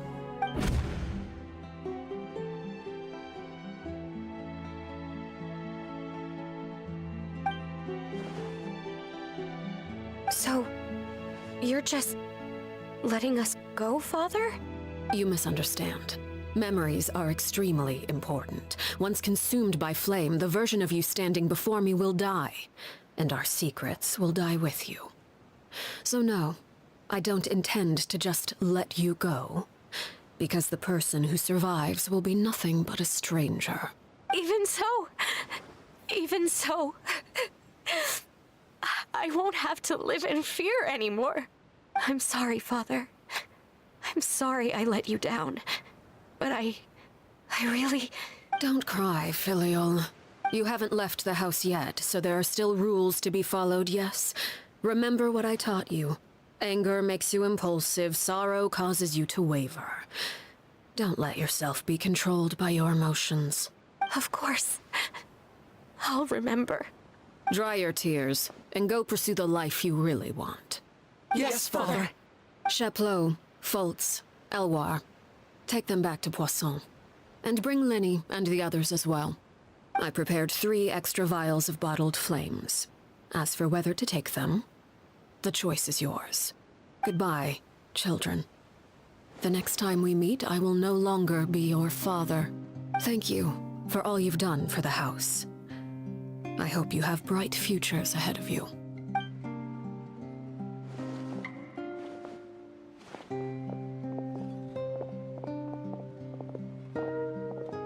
Father. Let's go.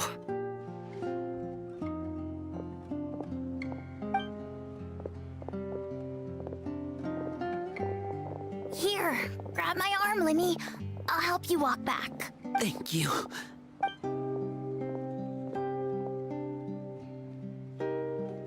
Clairvy.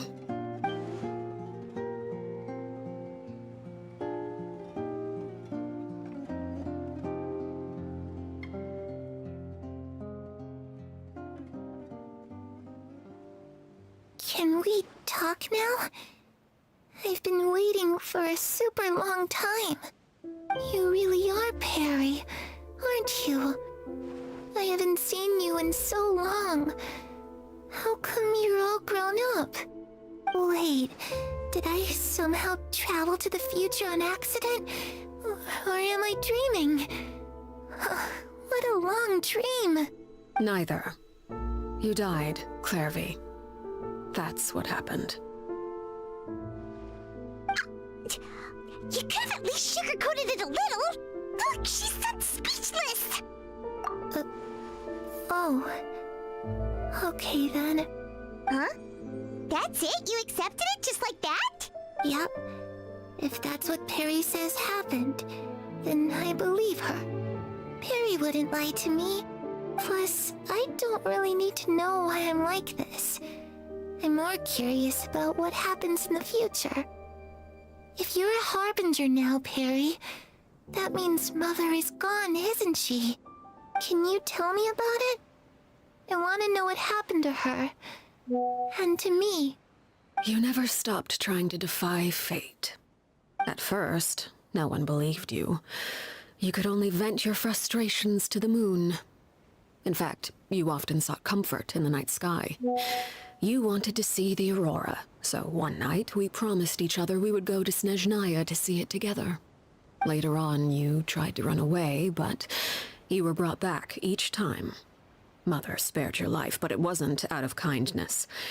Instead, she decided to make an example of you by slowly torturing you over time.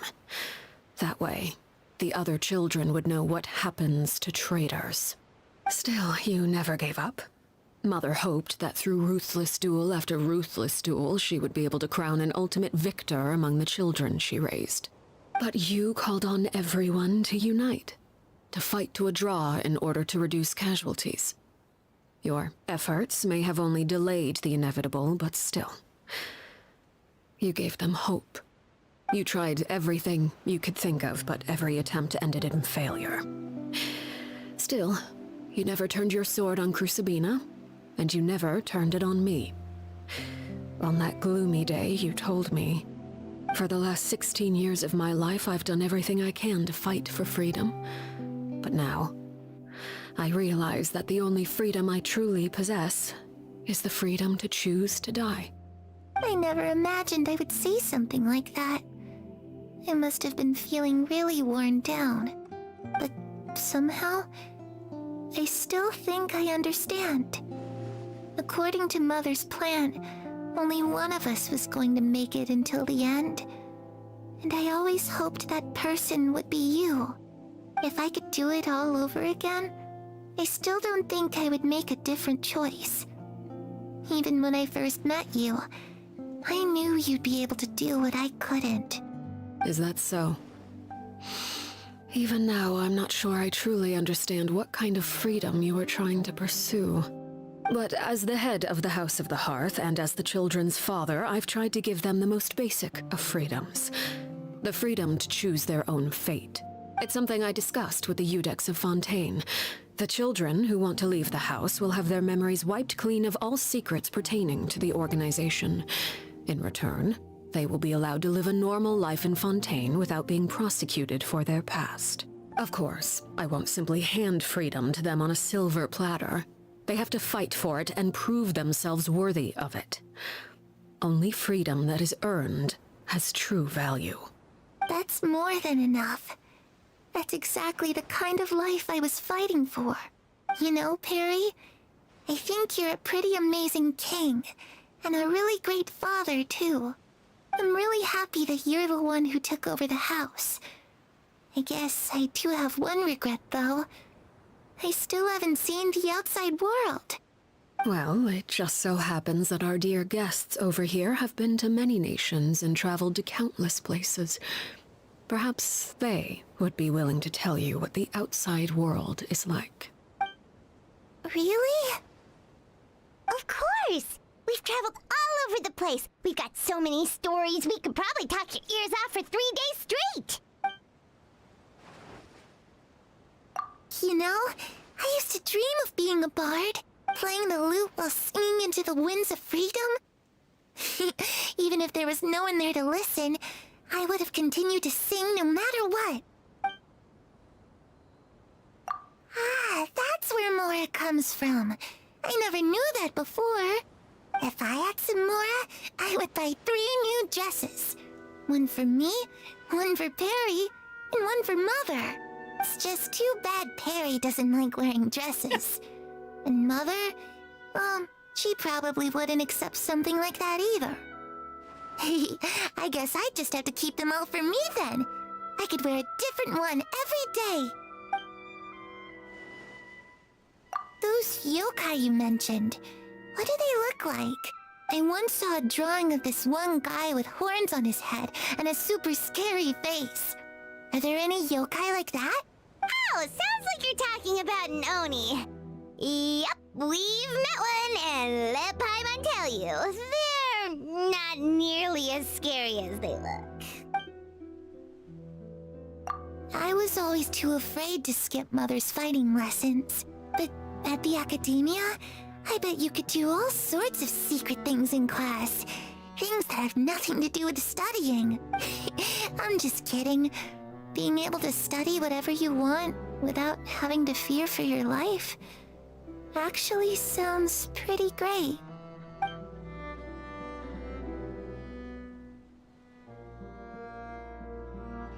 The situation was super dangerous. Lenny and Lynette were accused of committing a crime, and they were going to have to stand trial at the Opera Epicles.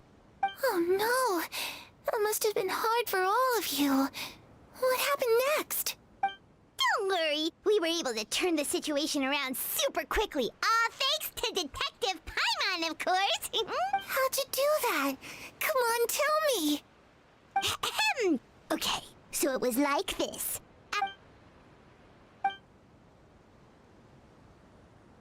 Shadows don't have the capacity to learn or grow. Any new information they encounter is quickly forgotten over time.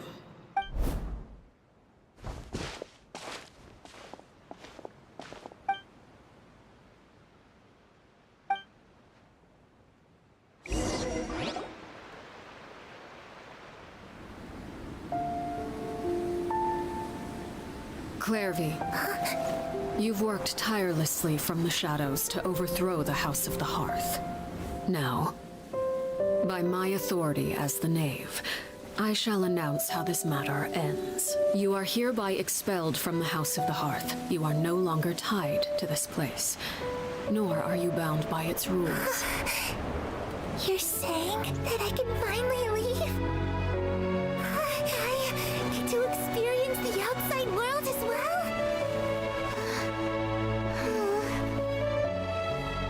Oh, I almost forgot. There's no getting older for me. Still, seeing who you grew up to be makes me really happy, Parallel. Take care of yourself. Goodbye. May we meet again someday.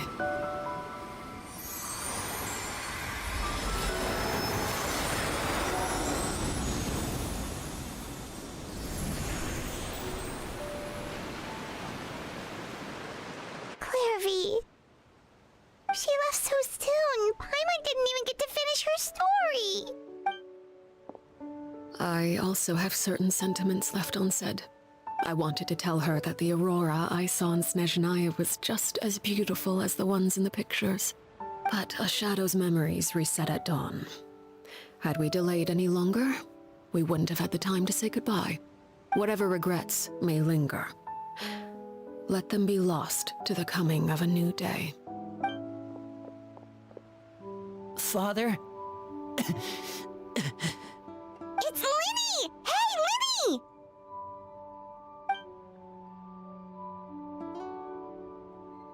What is he doing back here? Let's go check it out.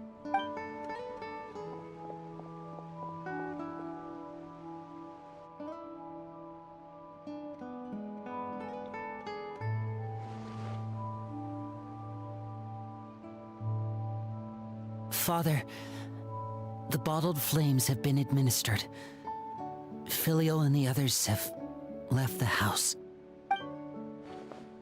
And you? What have you decided? Thank you for giving us that choice, Father. But we never wanted to leave the house.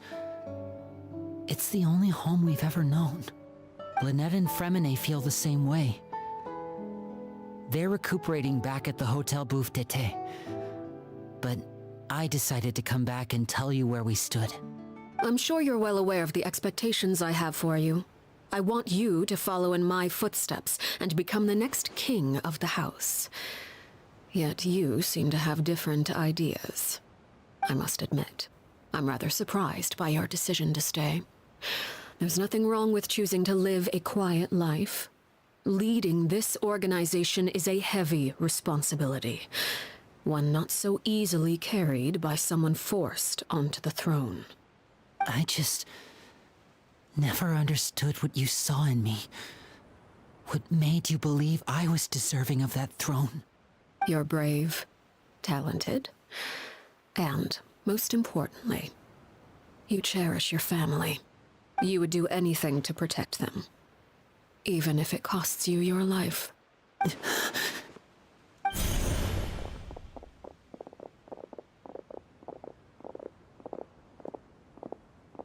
Speaking up back there was so brave of you, Linny. It's all thanks to you that we were able to convince Father to back down.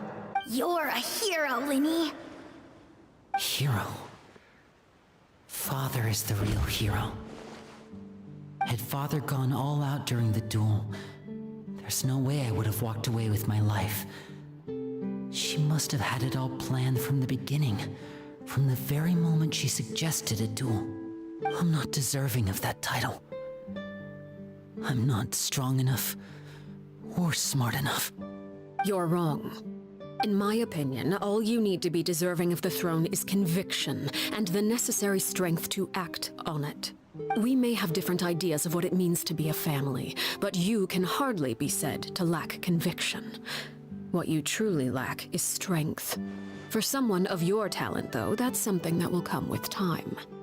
Even without that strength, you still chose to face me in a duel, even though the odds were stacked against you. That capacity to honor your convictions is what I truly see in you. Father.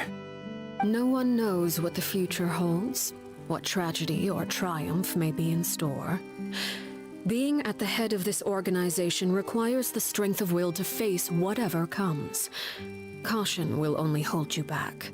If reaching a certain standard were required to go after what you want, I would never have succeeded in killing my predecessor.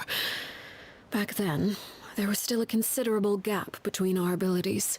Strength may decide the ultimate victor, but those who let a lack of strength dictate their decisions or undermine their convictions will never be worthy of the throne. I understand, Father. Thank you. Children must grow up to surpass their parents. Only then can a family continue to flourish. The road ahead is not an easy one, so I'll ask you one last time.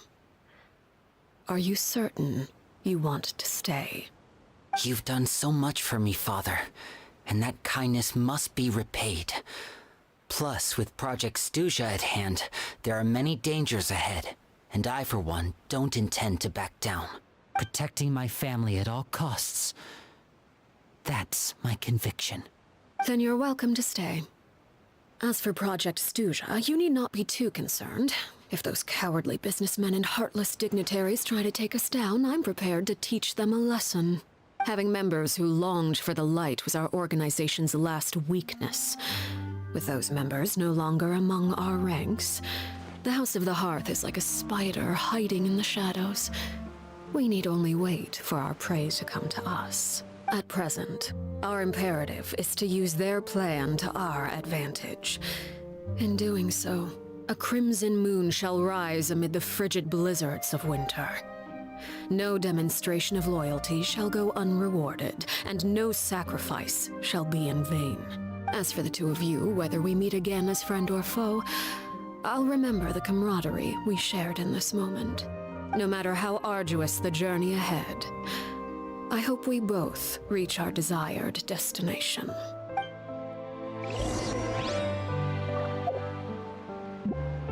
Wait until 2 days later. Dios.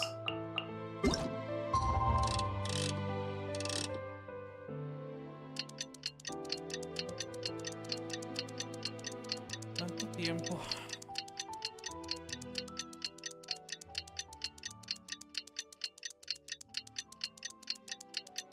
Esa madre debería poder moverse más rápido.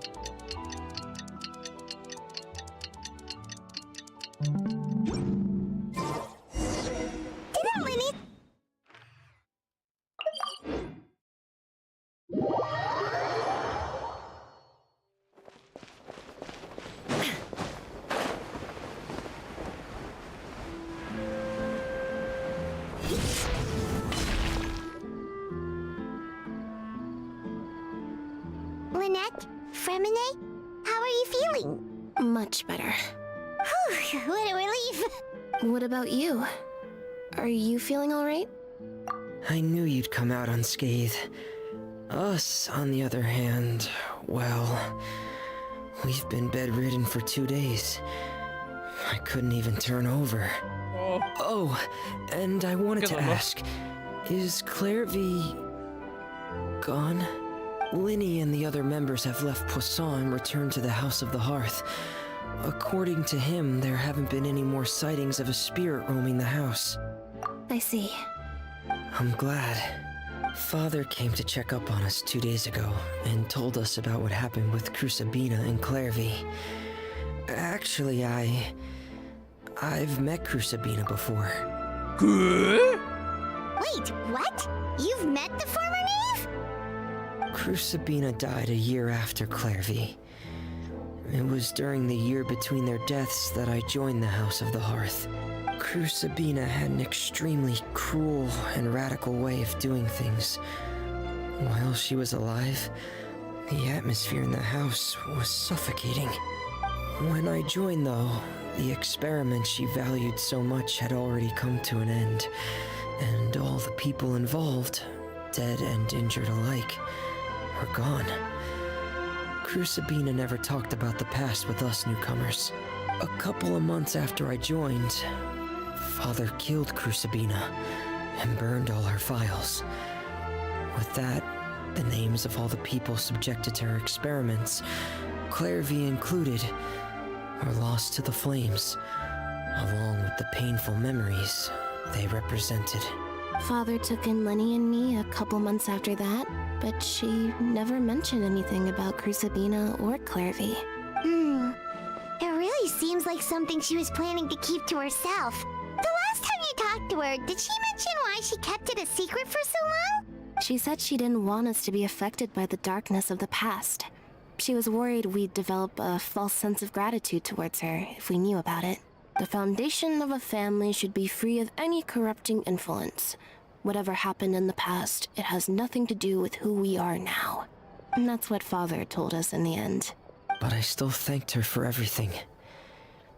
It was only after hearing about what Crucibina did that I finally realized how insignificant our lives could have been. The members of the house meant nothing to her. To say that she valued them in any way, even just as a tool, would probably be giving her too much credit.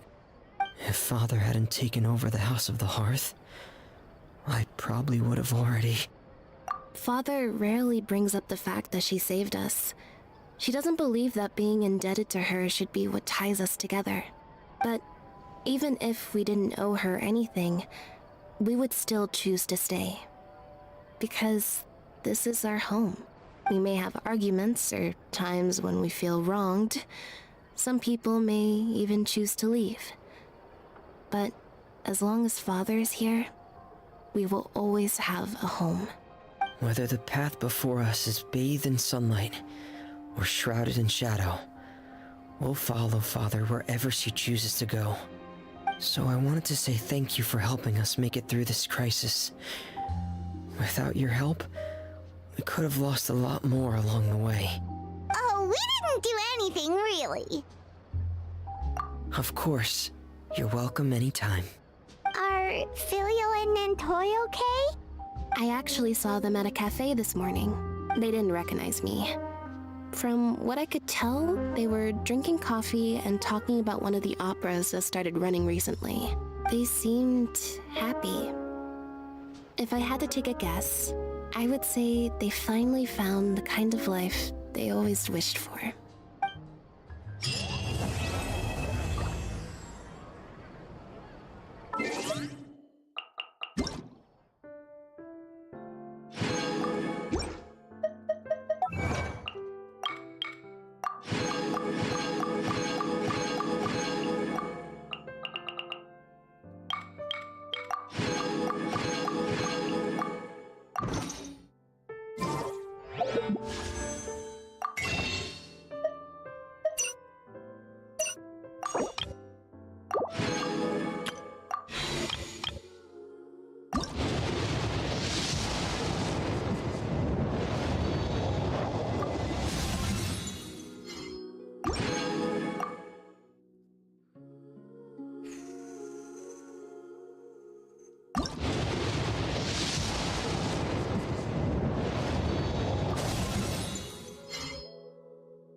Doble 4 estrellas, nada mal.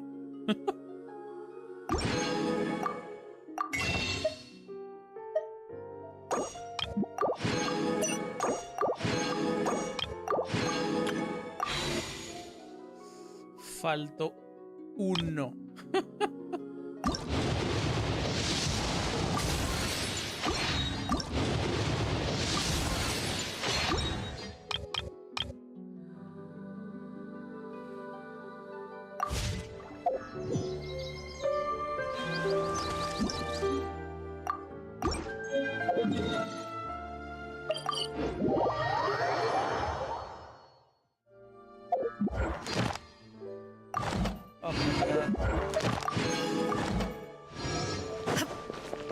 Ad Astro.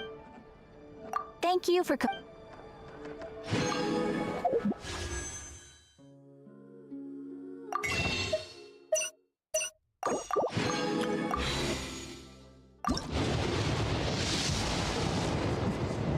¡Rayos! Ahí luego me da un arma, güey, no mames.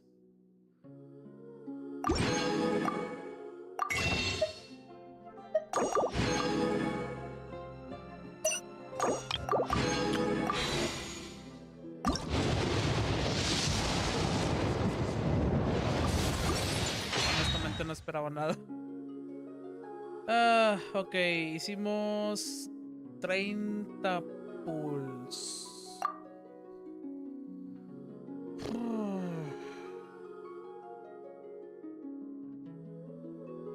Van 40.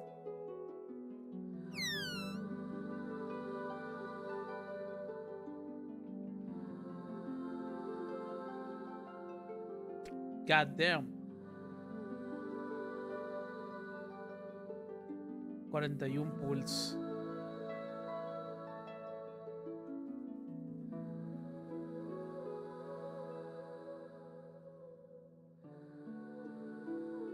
Ah, 41 y necesito otros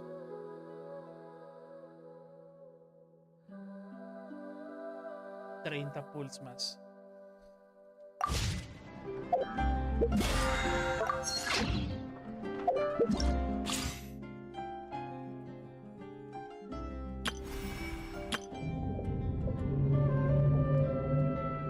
Yo digo que puedo sacar otro temple de lo que viene siendo el Undersea Capital.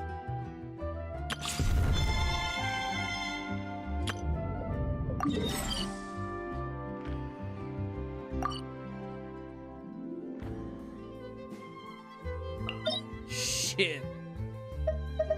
Pues esa pelea estuvo bien cabrona, güey, no mames.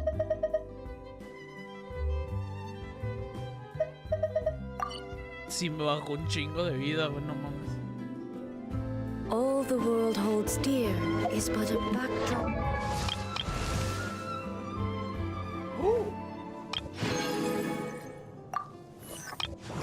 No manches, no tenía friendship 10. Qué chido.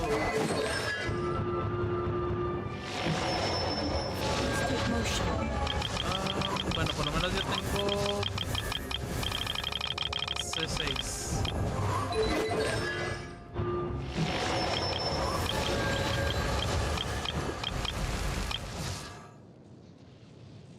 ¿Quién más está en el banner? Espérame. I stand.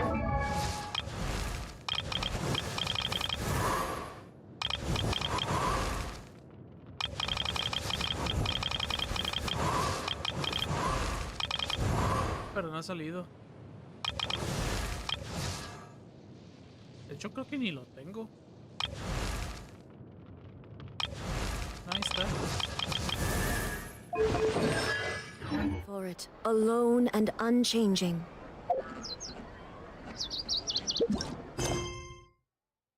Ok, si estamos hablando que faltan 30 pools, son 1600 por 3.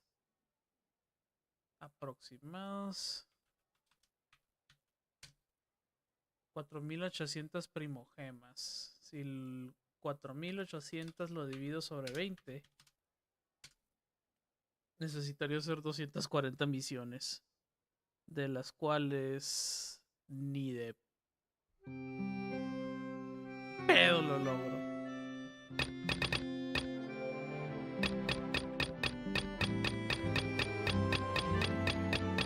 A lo mejor haciendo todas estas que dan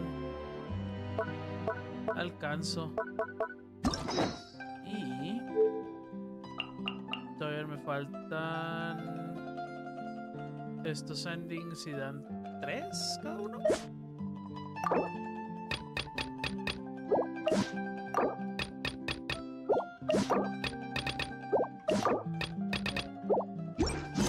Entonces son 9.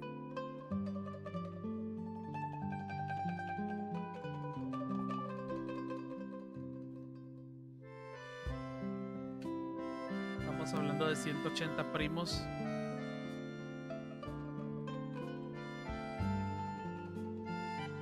En puros hangouts. 180. 230. 280.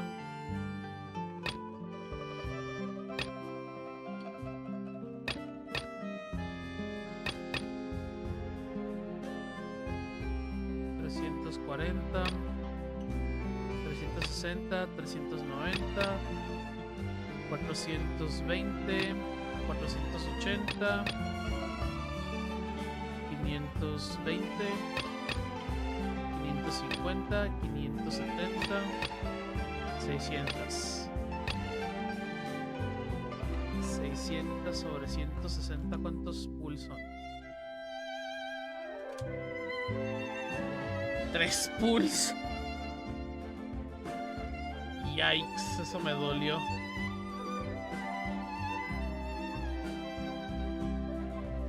Pero igual de todas maneras, hay muchas cosas que garantizan primogemas como cofres y todas esas madres que nos podemos encontrar. Entonces yo creo que a lo mejor sí puedo alcanzar unas 1000 primo.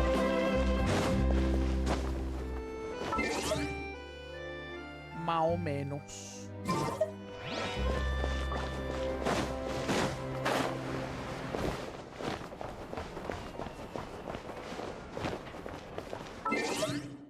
Esto mandar un mensaje.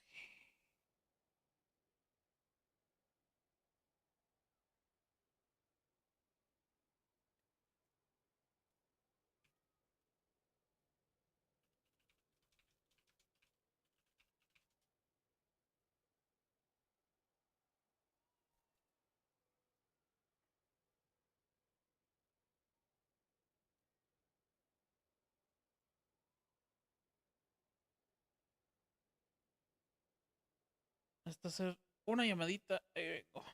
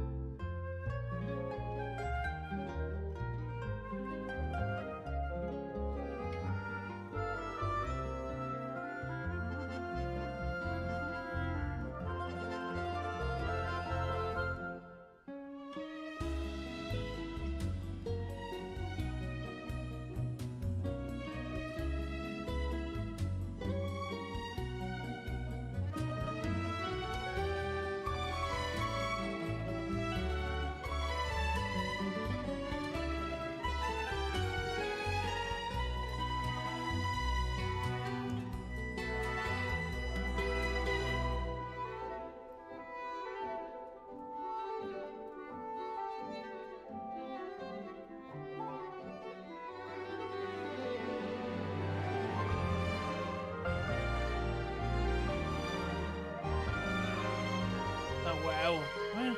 A ver, explorar. Vamos a juntar Primo Jams. No tenemos nada.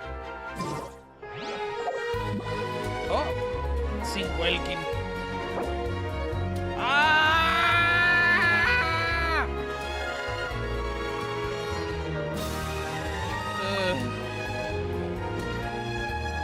The world remains constant over the centuries, but human life is like the dew at dawn, or a bubble rising through water. Transitory. No, yo 41.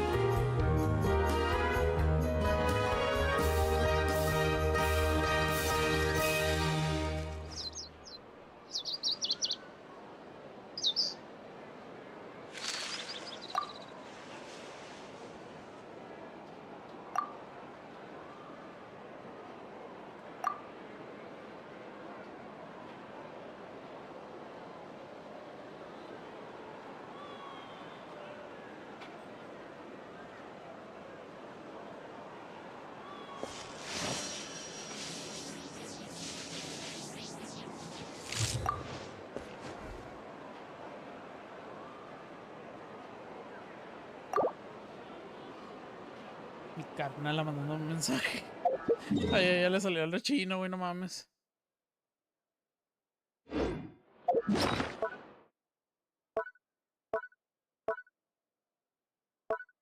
Eso es tener suerte.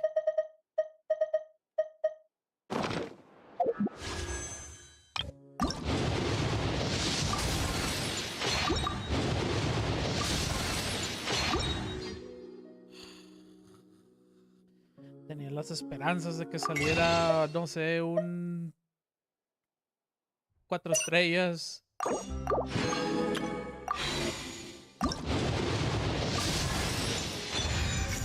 No, huevo, Diona. La Diona no está de más.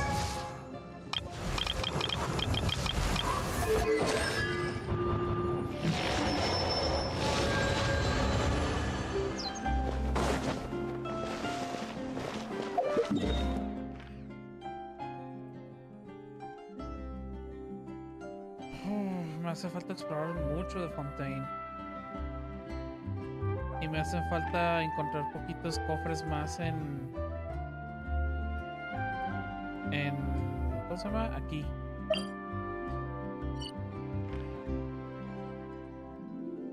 Nomás que ya está bien difícil encontrar. Wait, ¿esta zona es nueva?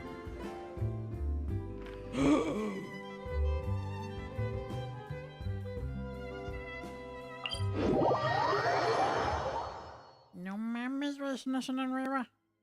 A ver, espérame. Voy a chingar un plátano. Abriéndolo de la manera correcta.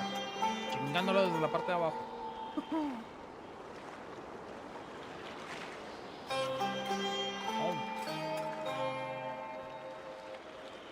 Bueno, vamos a tener... No me dices que no me como plátano. Con o sin el búho, güey, como lo quieran ver.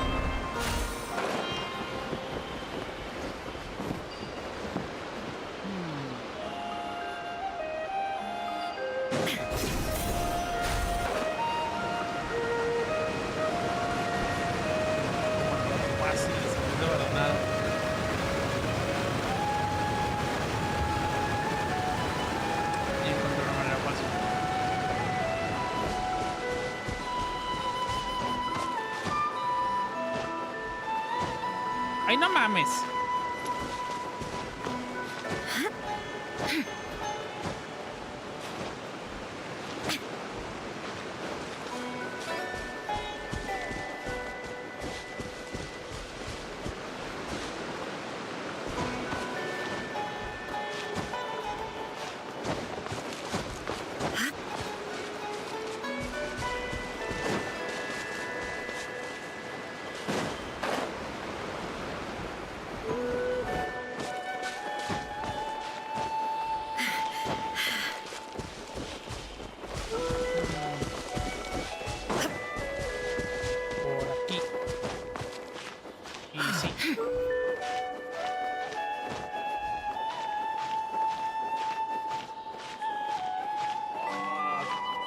Conservar la energía.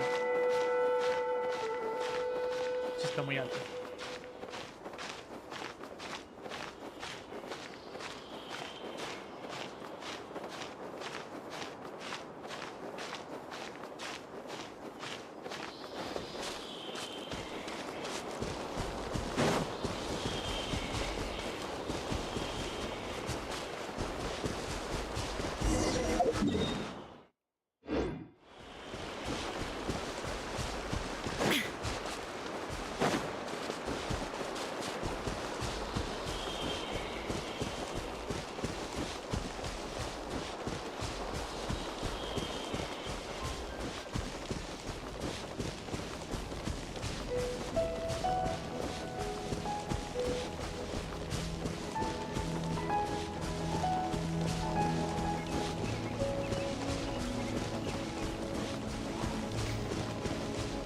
There is no escape. I see everything.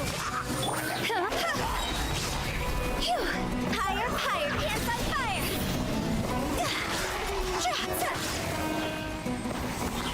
Anonic. Hey! Shine down. Ha, ha, ha.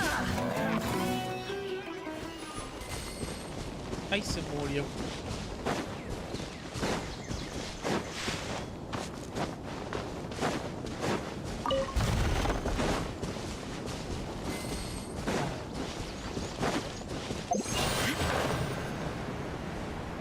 Qué difícil está por acá. Me la iba a llevar todo hasta abajo.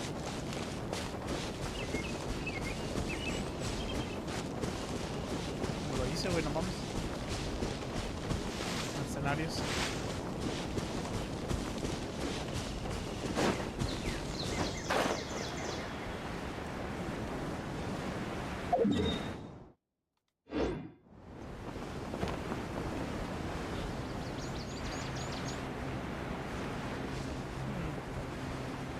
No veo cofres.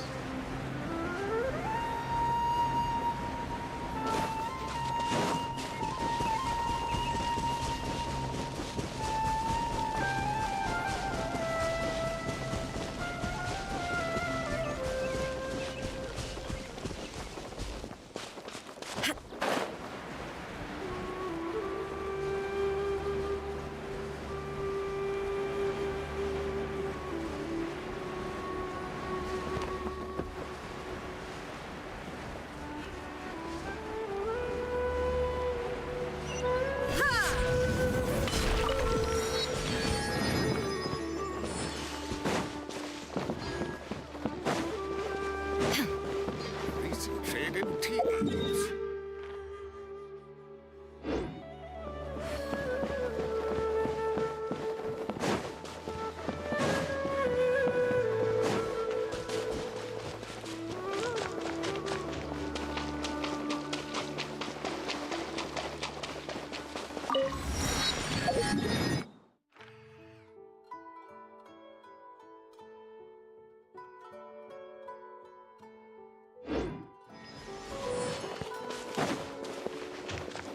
Tengo curiosidad. Estoy viendo un campamento de estos de los Hermans.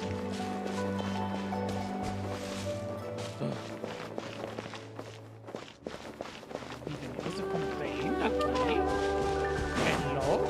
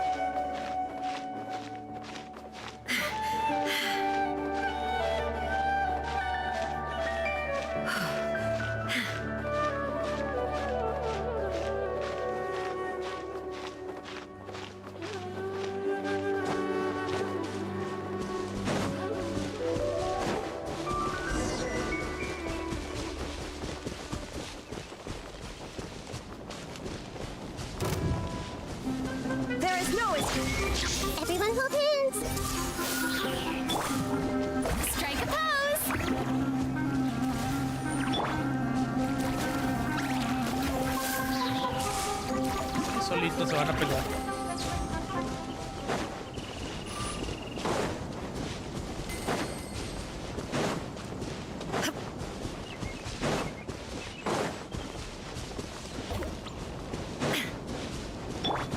Shower me with praise!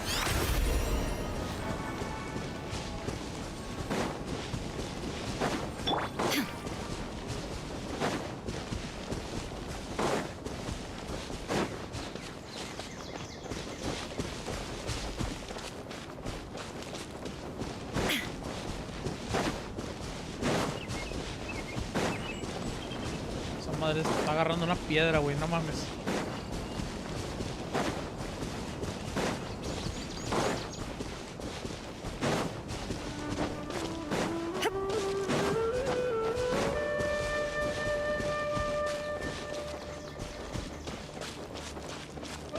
Illusion shattered. Sounds good to me. May I present? I'll be back.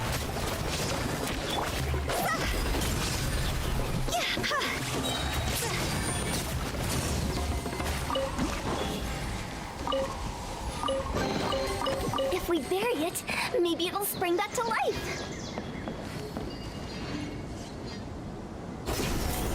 Ah, de haber una chipeta ahí. Nope. Ah, que sí. With the wind.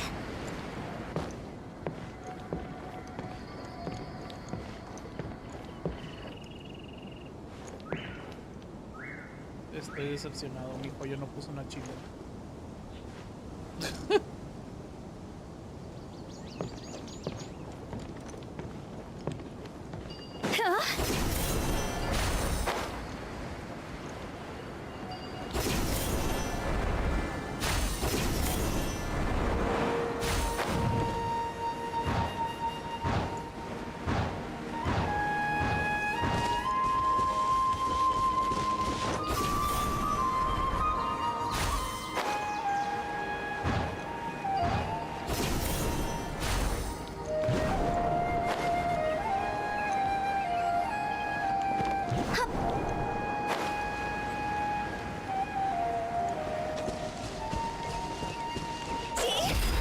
Die. Strike a pose. Shine down. Everyone hold hands. I'll be Cross over. Die. Now you shall perish. regret.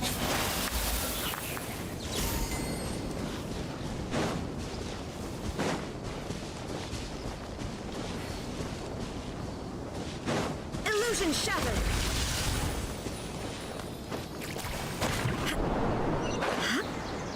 Yep, me imaginé.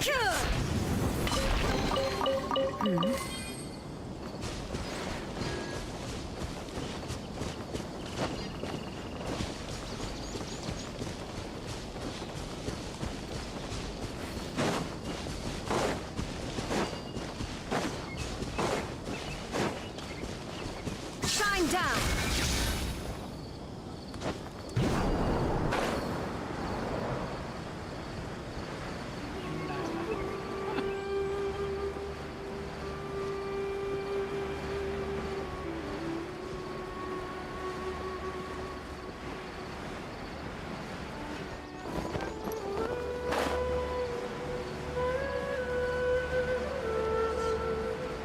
Qué triste, güey, es literalmente una piedra sin nada alrededor.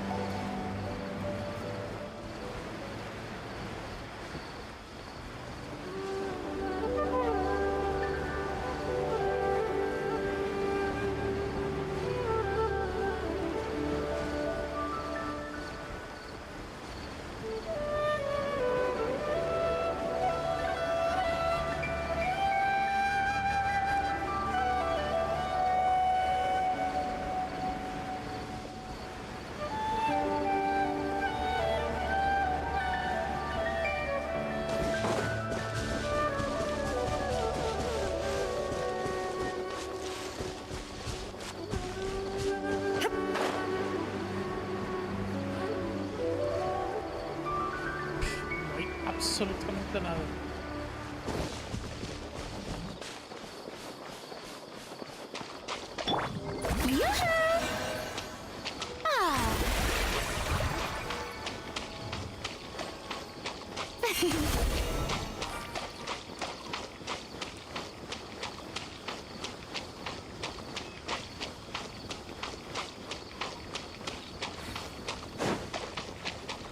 Showing you praise!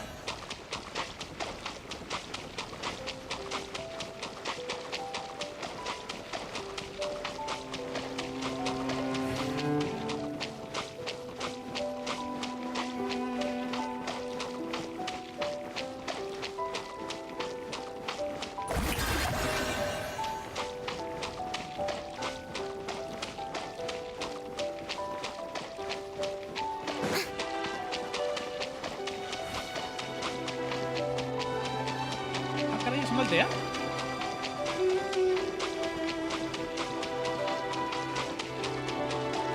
Strike a pose!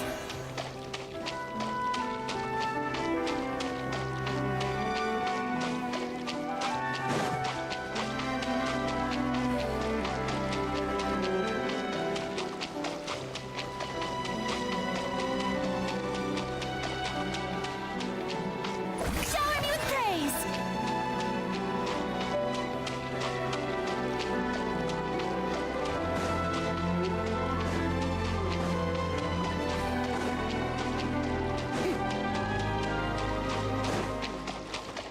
Se llama petricor.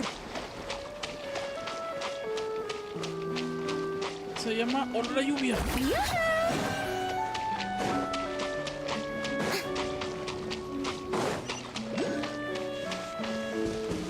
No mames, aquí hay. Aquí hay hidroquines.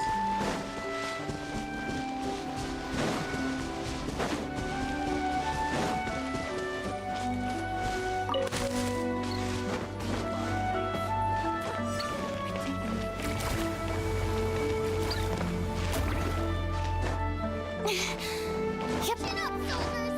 Look to your equipment. Don't lose them again.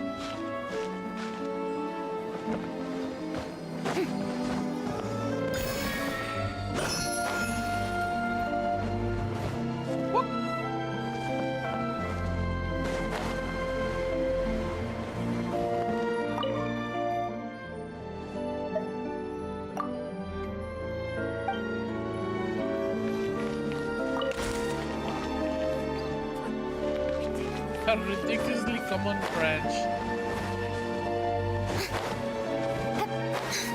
Ok, aquí hay algo demasiado sos.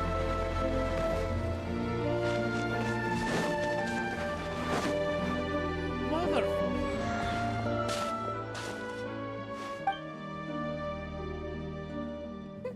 The dude they call the idiot.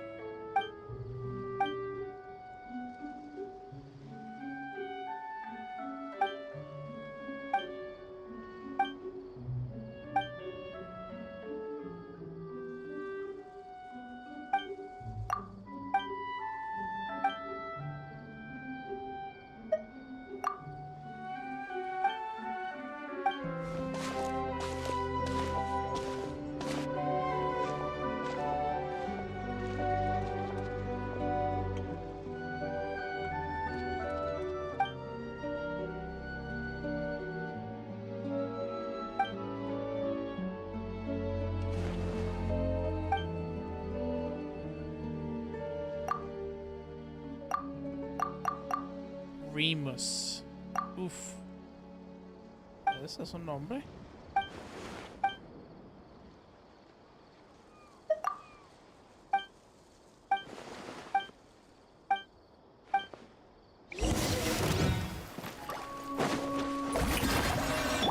I see everything. There is no escape.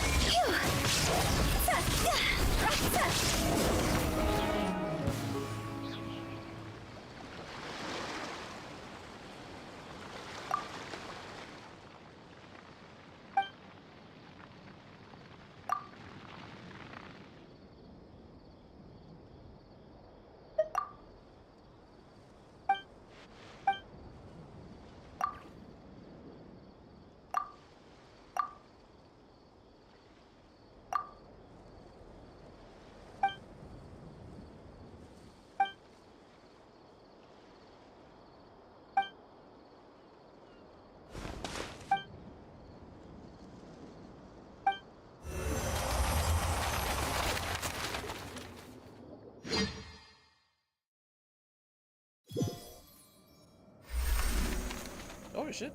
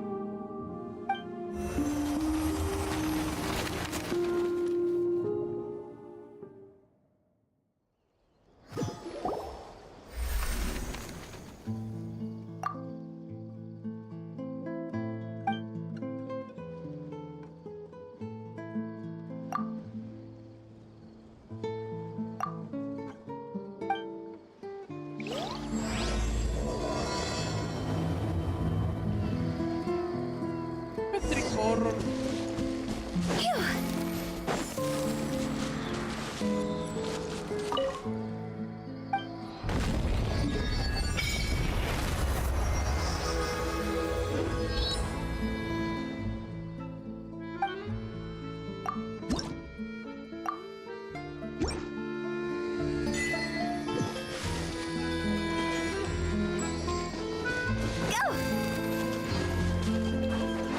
No sé la gente ve, pero a mí me llama la atención ese combo.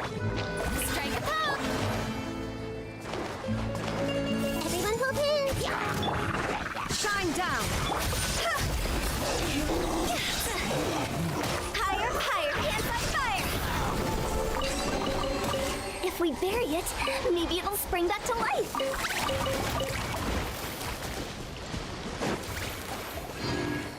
Andan dando de madrazos con los niños.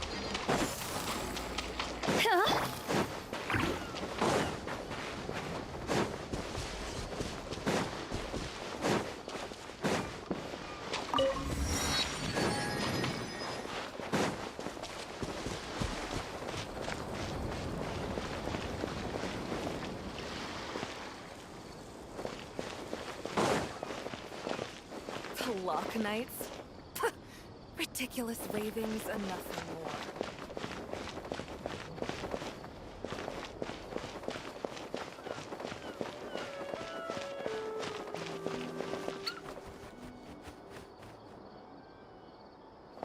This guy doesn't seem affected.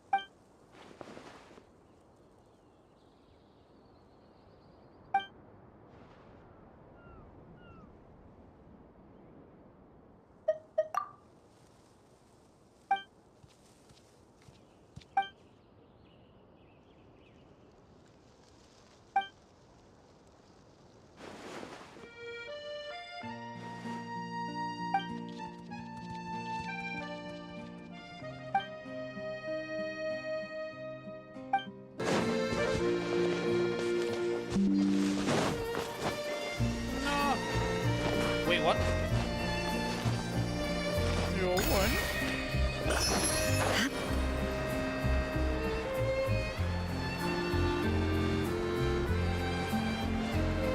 Cofres.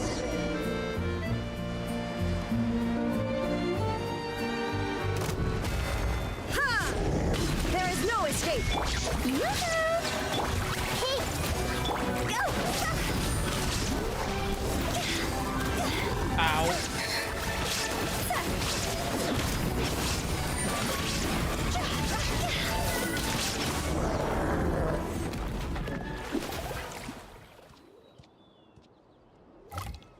Oh shit.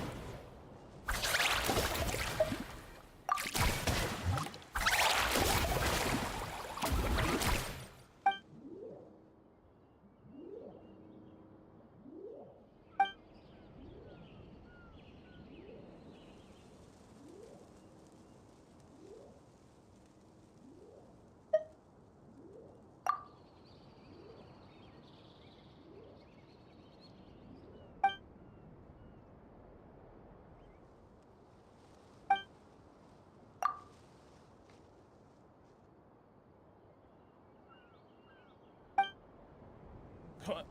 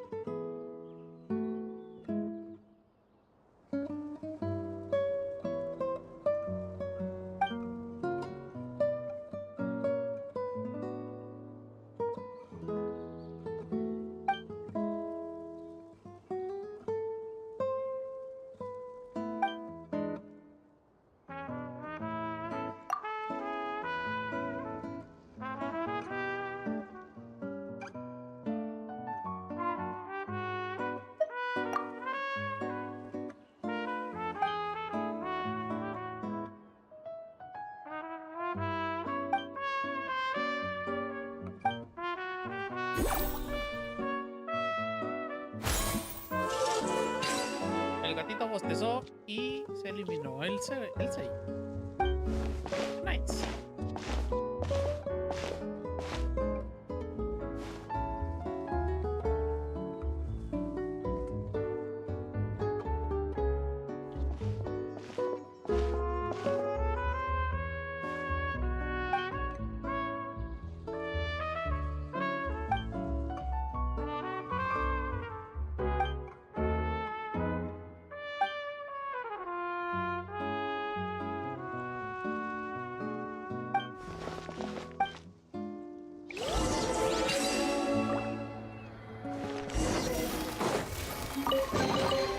Oh, what a cute treasure coffin!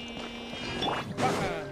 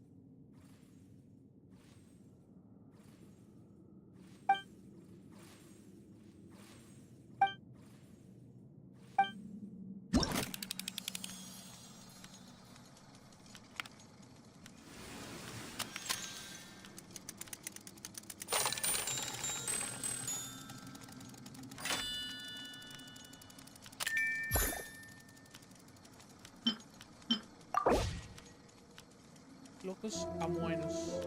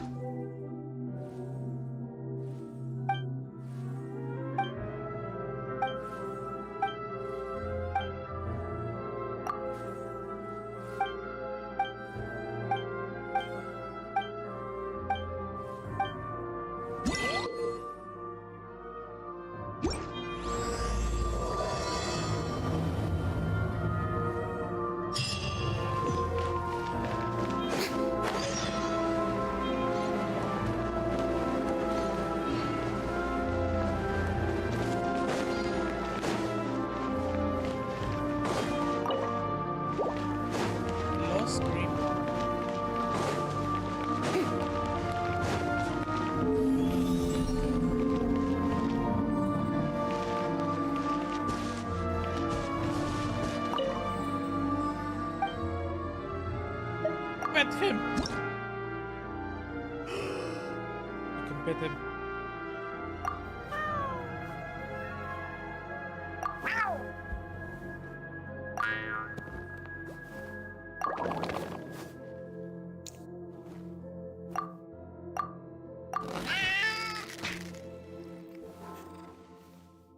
Ah, perfecto.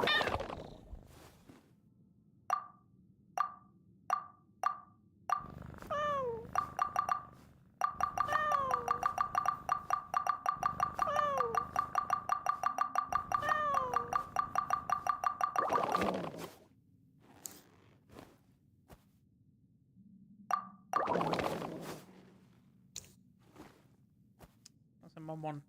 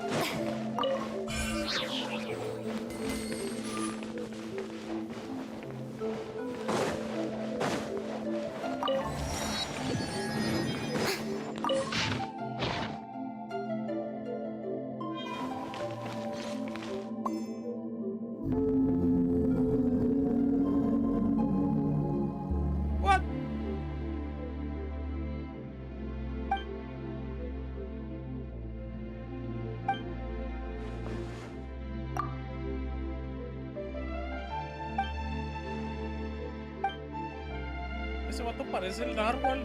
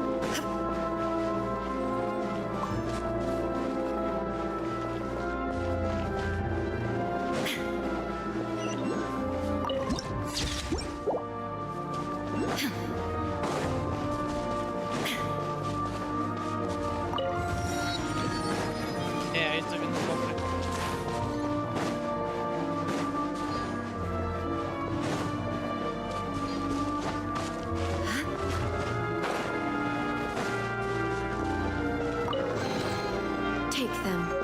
I have no need.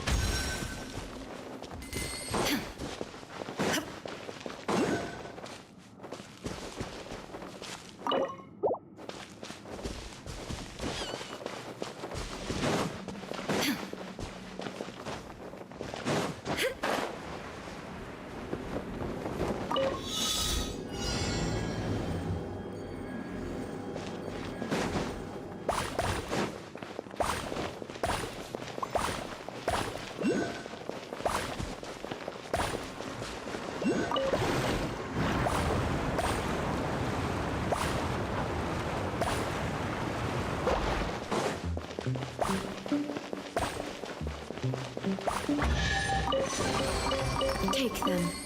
I have no need.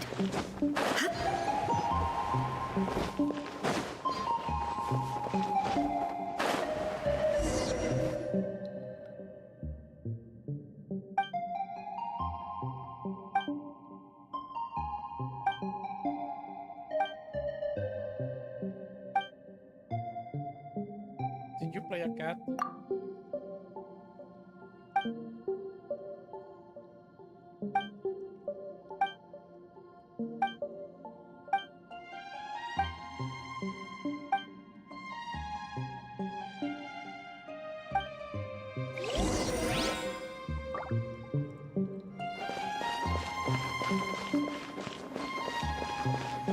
Not mind me.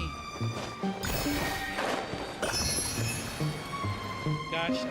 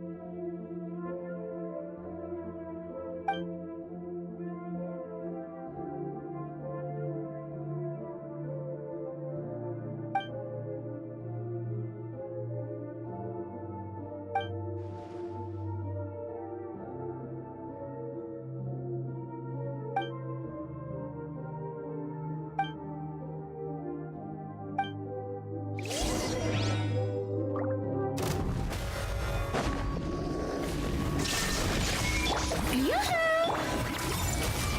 The Temple of Wisdom! Torn to oblivion!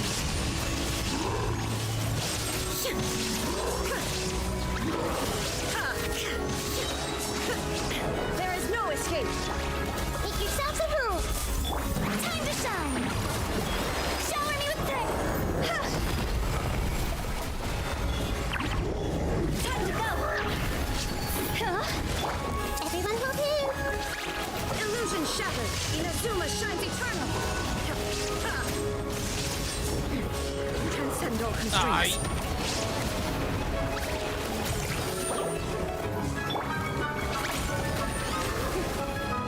I see everything! There is no escape! Let my name echo in song! Ah.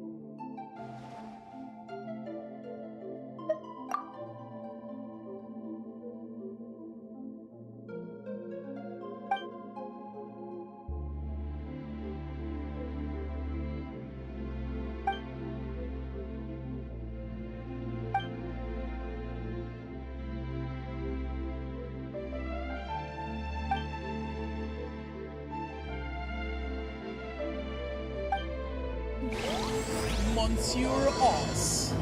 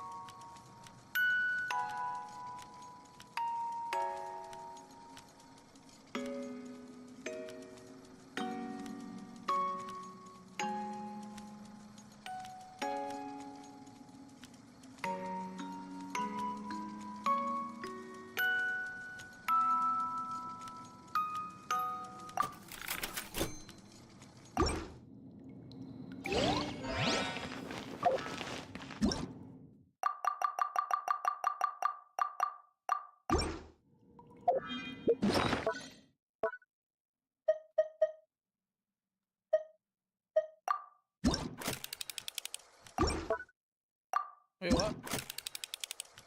Symphony Espada. ¡Oh! Preste.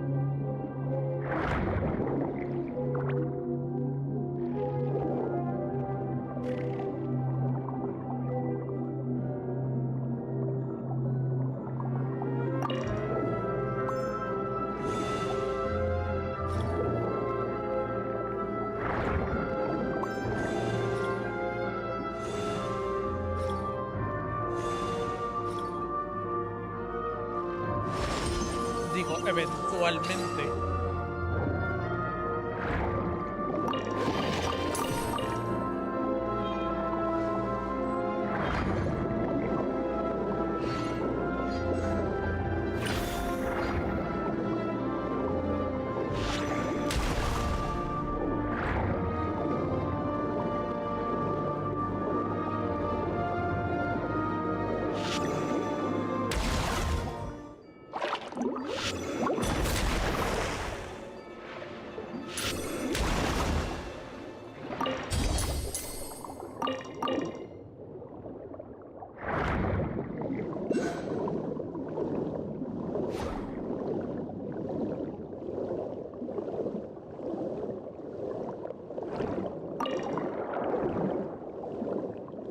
Wow. ¿Podré? Rayos, no. Lo intenté.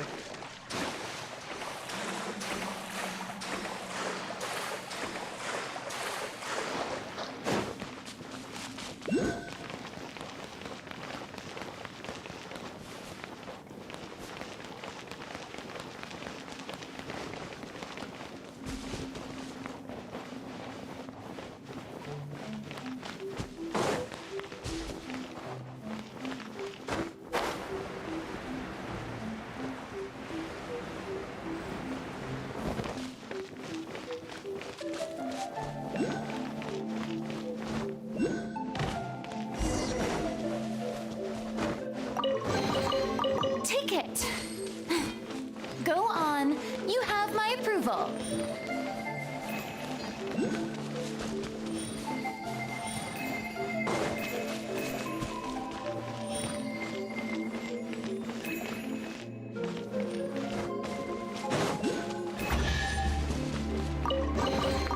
Ooh, what a pleasant surprise.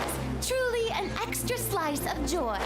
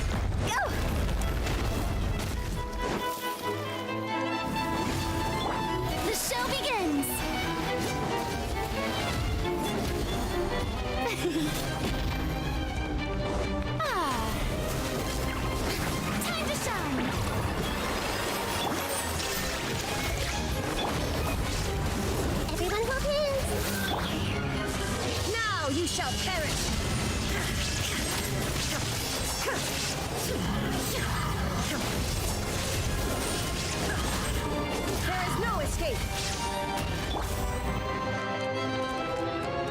Make yourselves at home.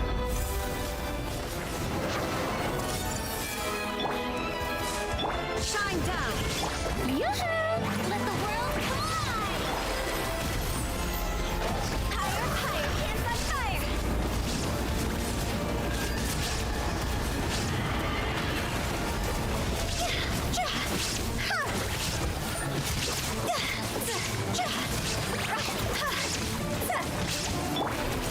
Inazuma shines eternal. Under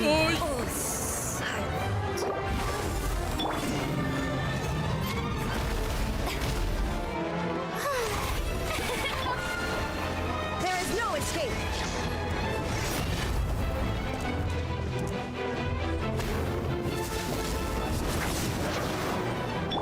Hey! Go! Phew! This is trouble. May I present? Time to shine. Share my knowledge. Illusion shattered.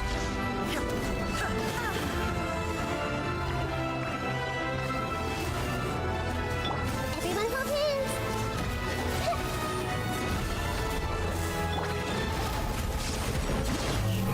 Time to go. Go. Strike a pose. Grow, grow, grow. Phew. There is no escape. See? Go. Make yourselves at home. Let the world collide. Illusion shattered.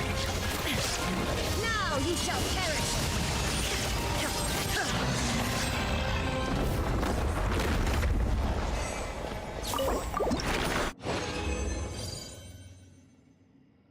Nice.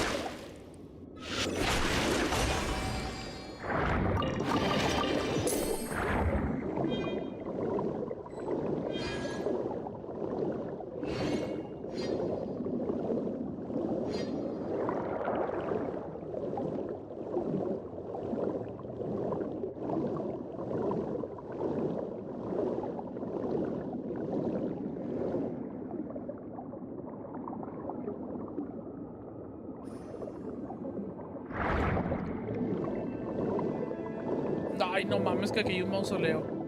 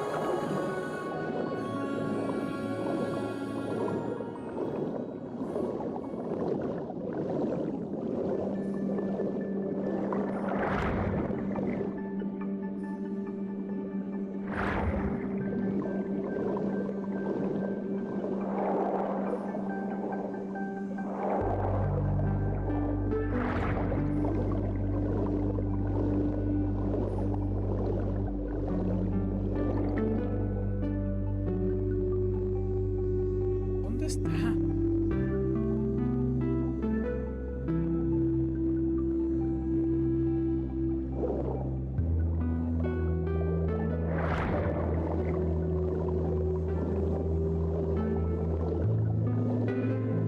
Tengo perdidos hidróculos, güey. ¿Dónde está?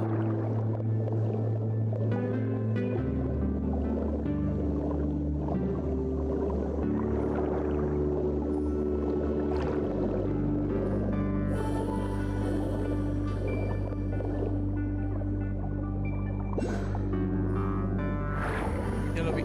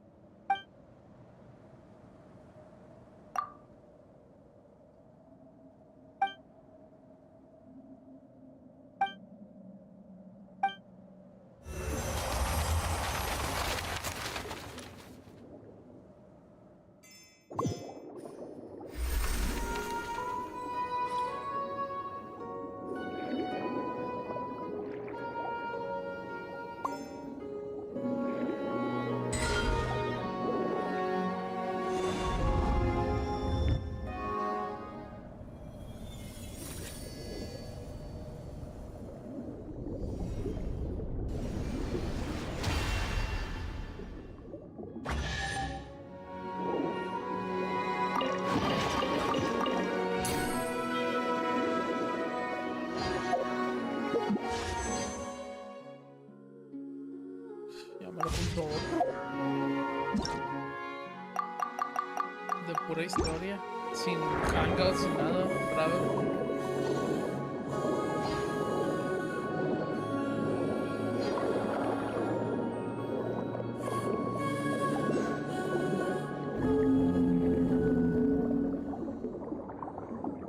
¿Arriba o abajo?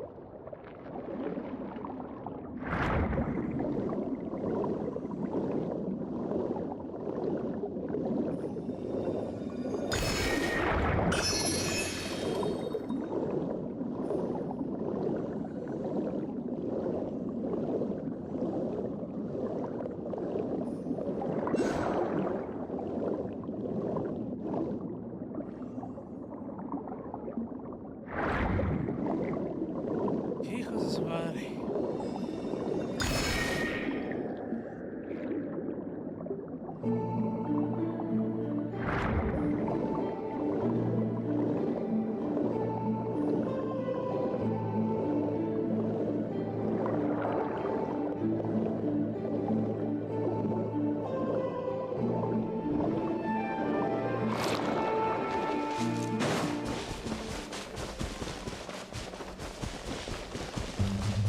Ay, pelea. Shine down! Time to shine! Hey! Inazuma shines eternal!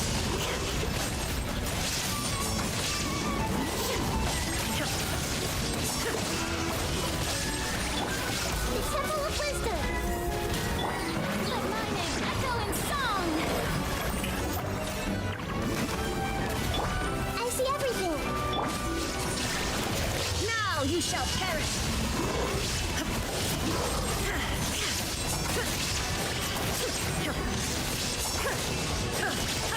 It's over!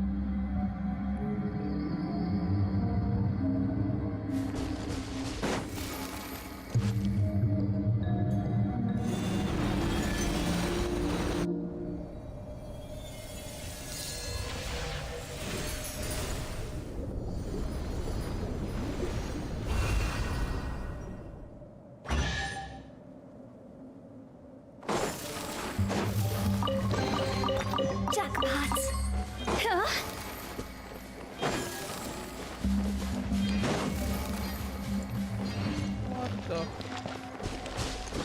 ¿Dónde chingados?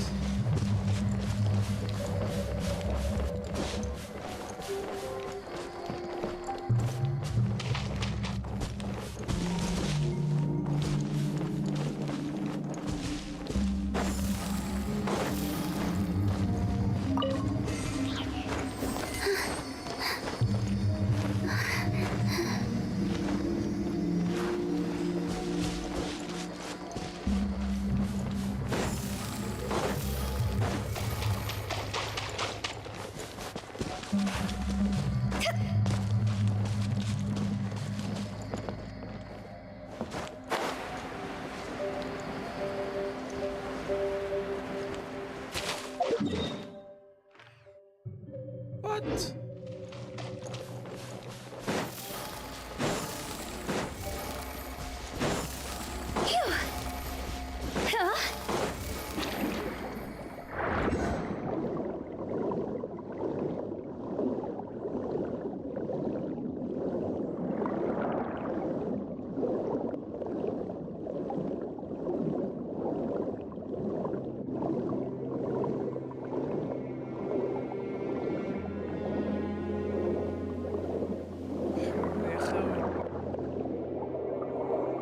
¿Cómo chingados, güey?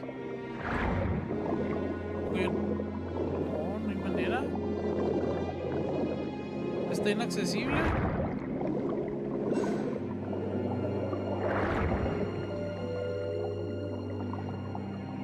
O no cargó, más bien.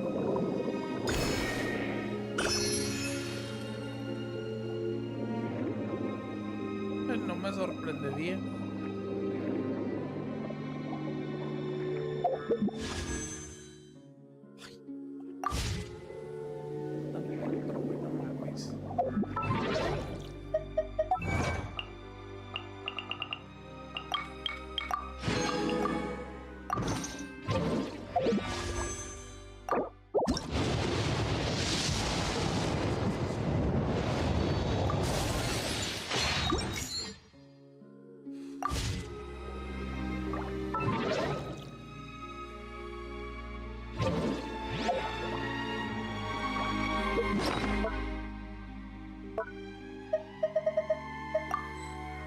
Y 65.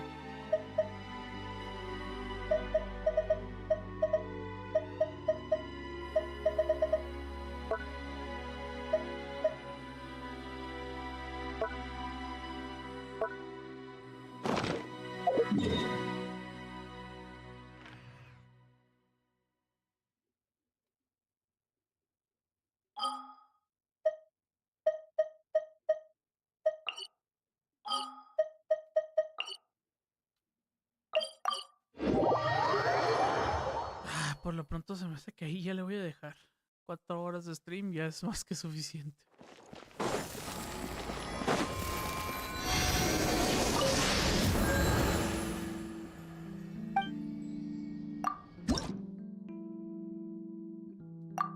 Hijo, me faltó uno, güey, no mames.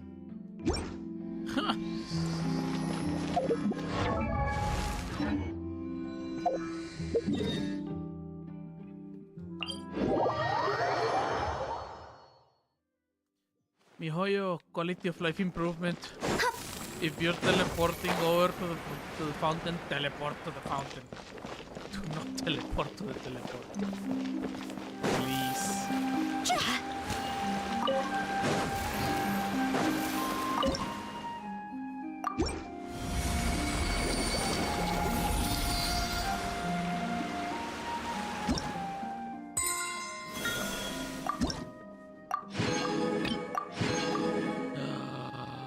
Una llave.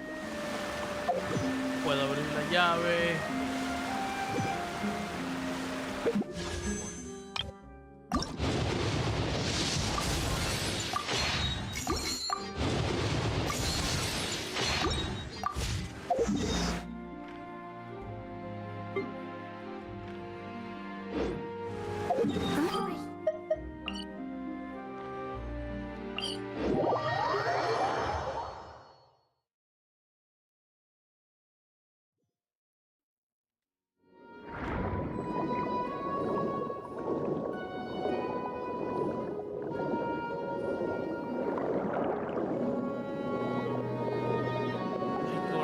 salto encima de este.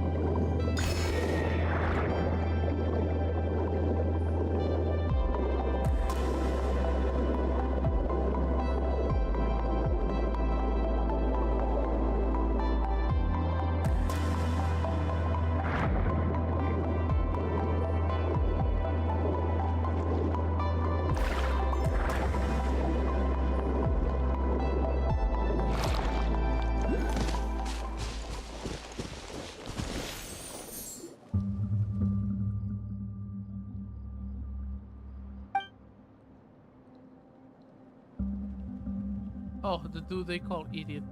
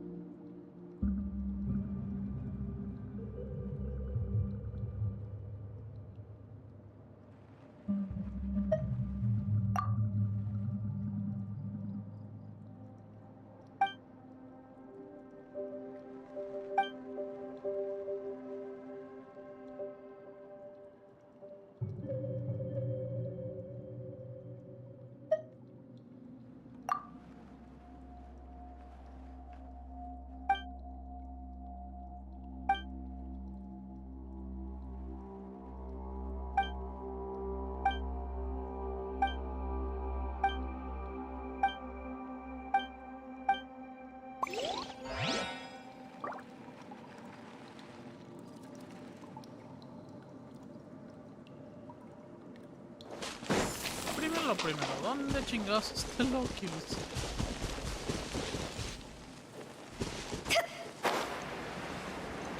Mother... Aquí está.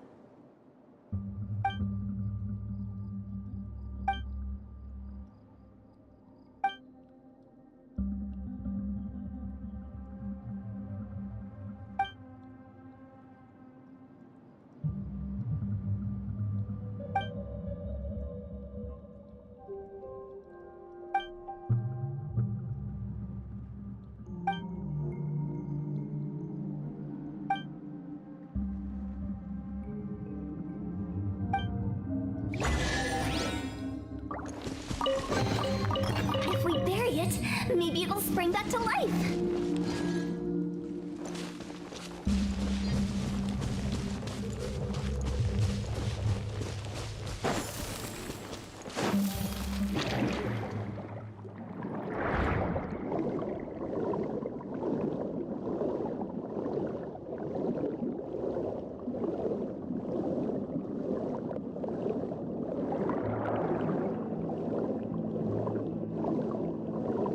Sí, nada más quiero revisar a ver si nos sale algún otro Hidróquilus.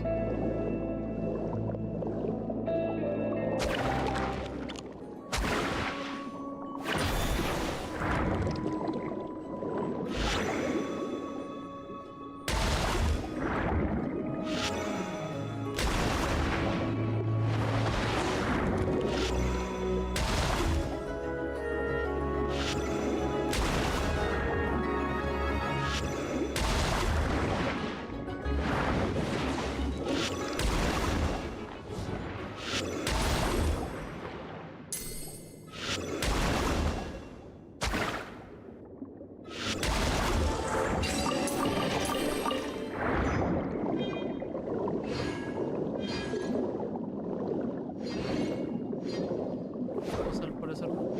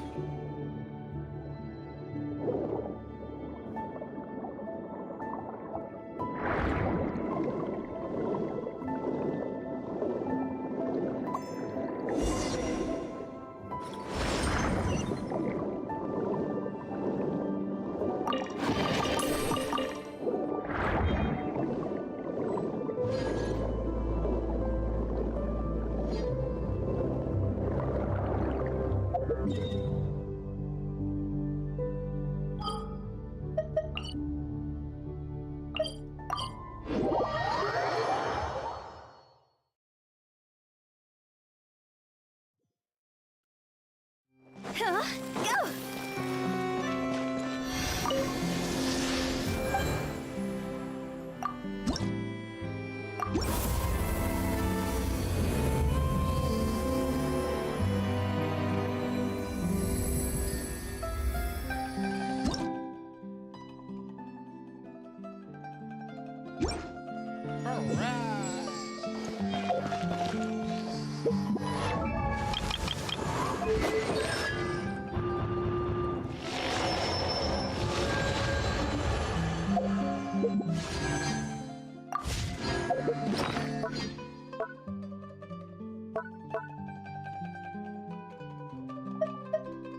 23, creo que son 30 los que se necesitan, ¿no? Para subir otro nivel. No me acuerdo.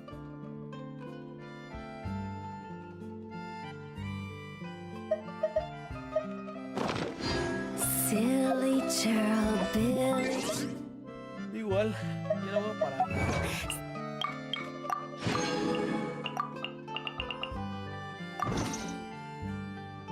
Ya estuvo bueno. Así, vámonos. Ya tengo sueñito. Vámonos a la chingada.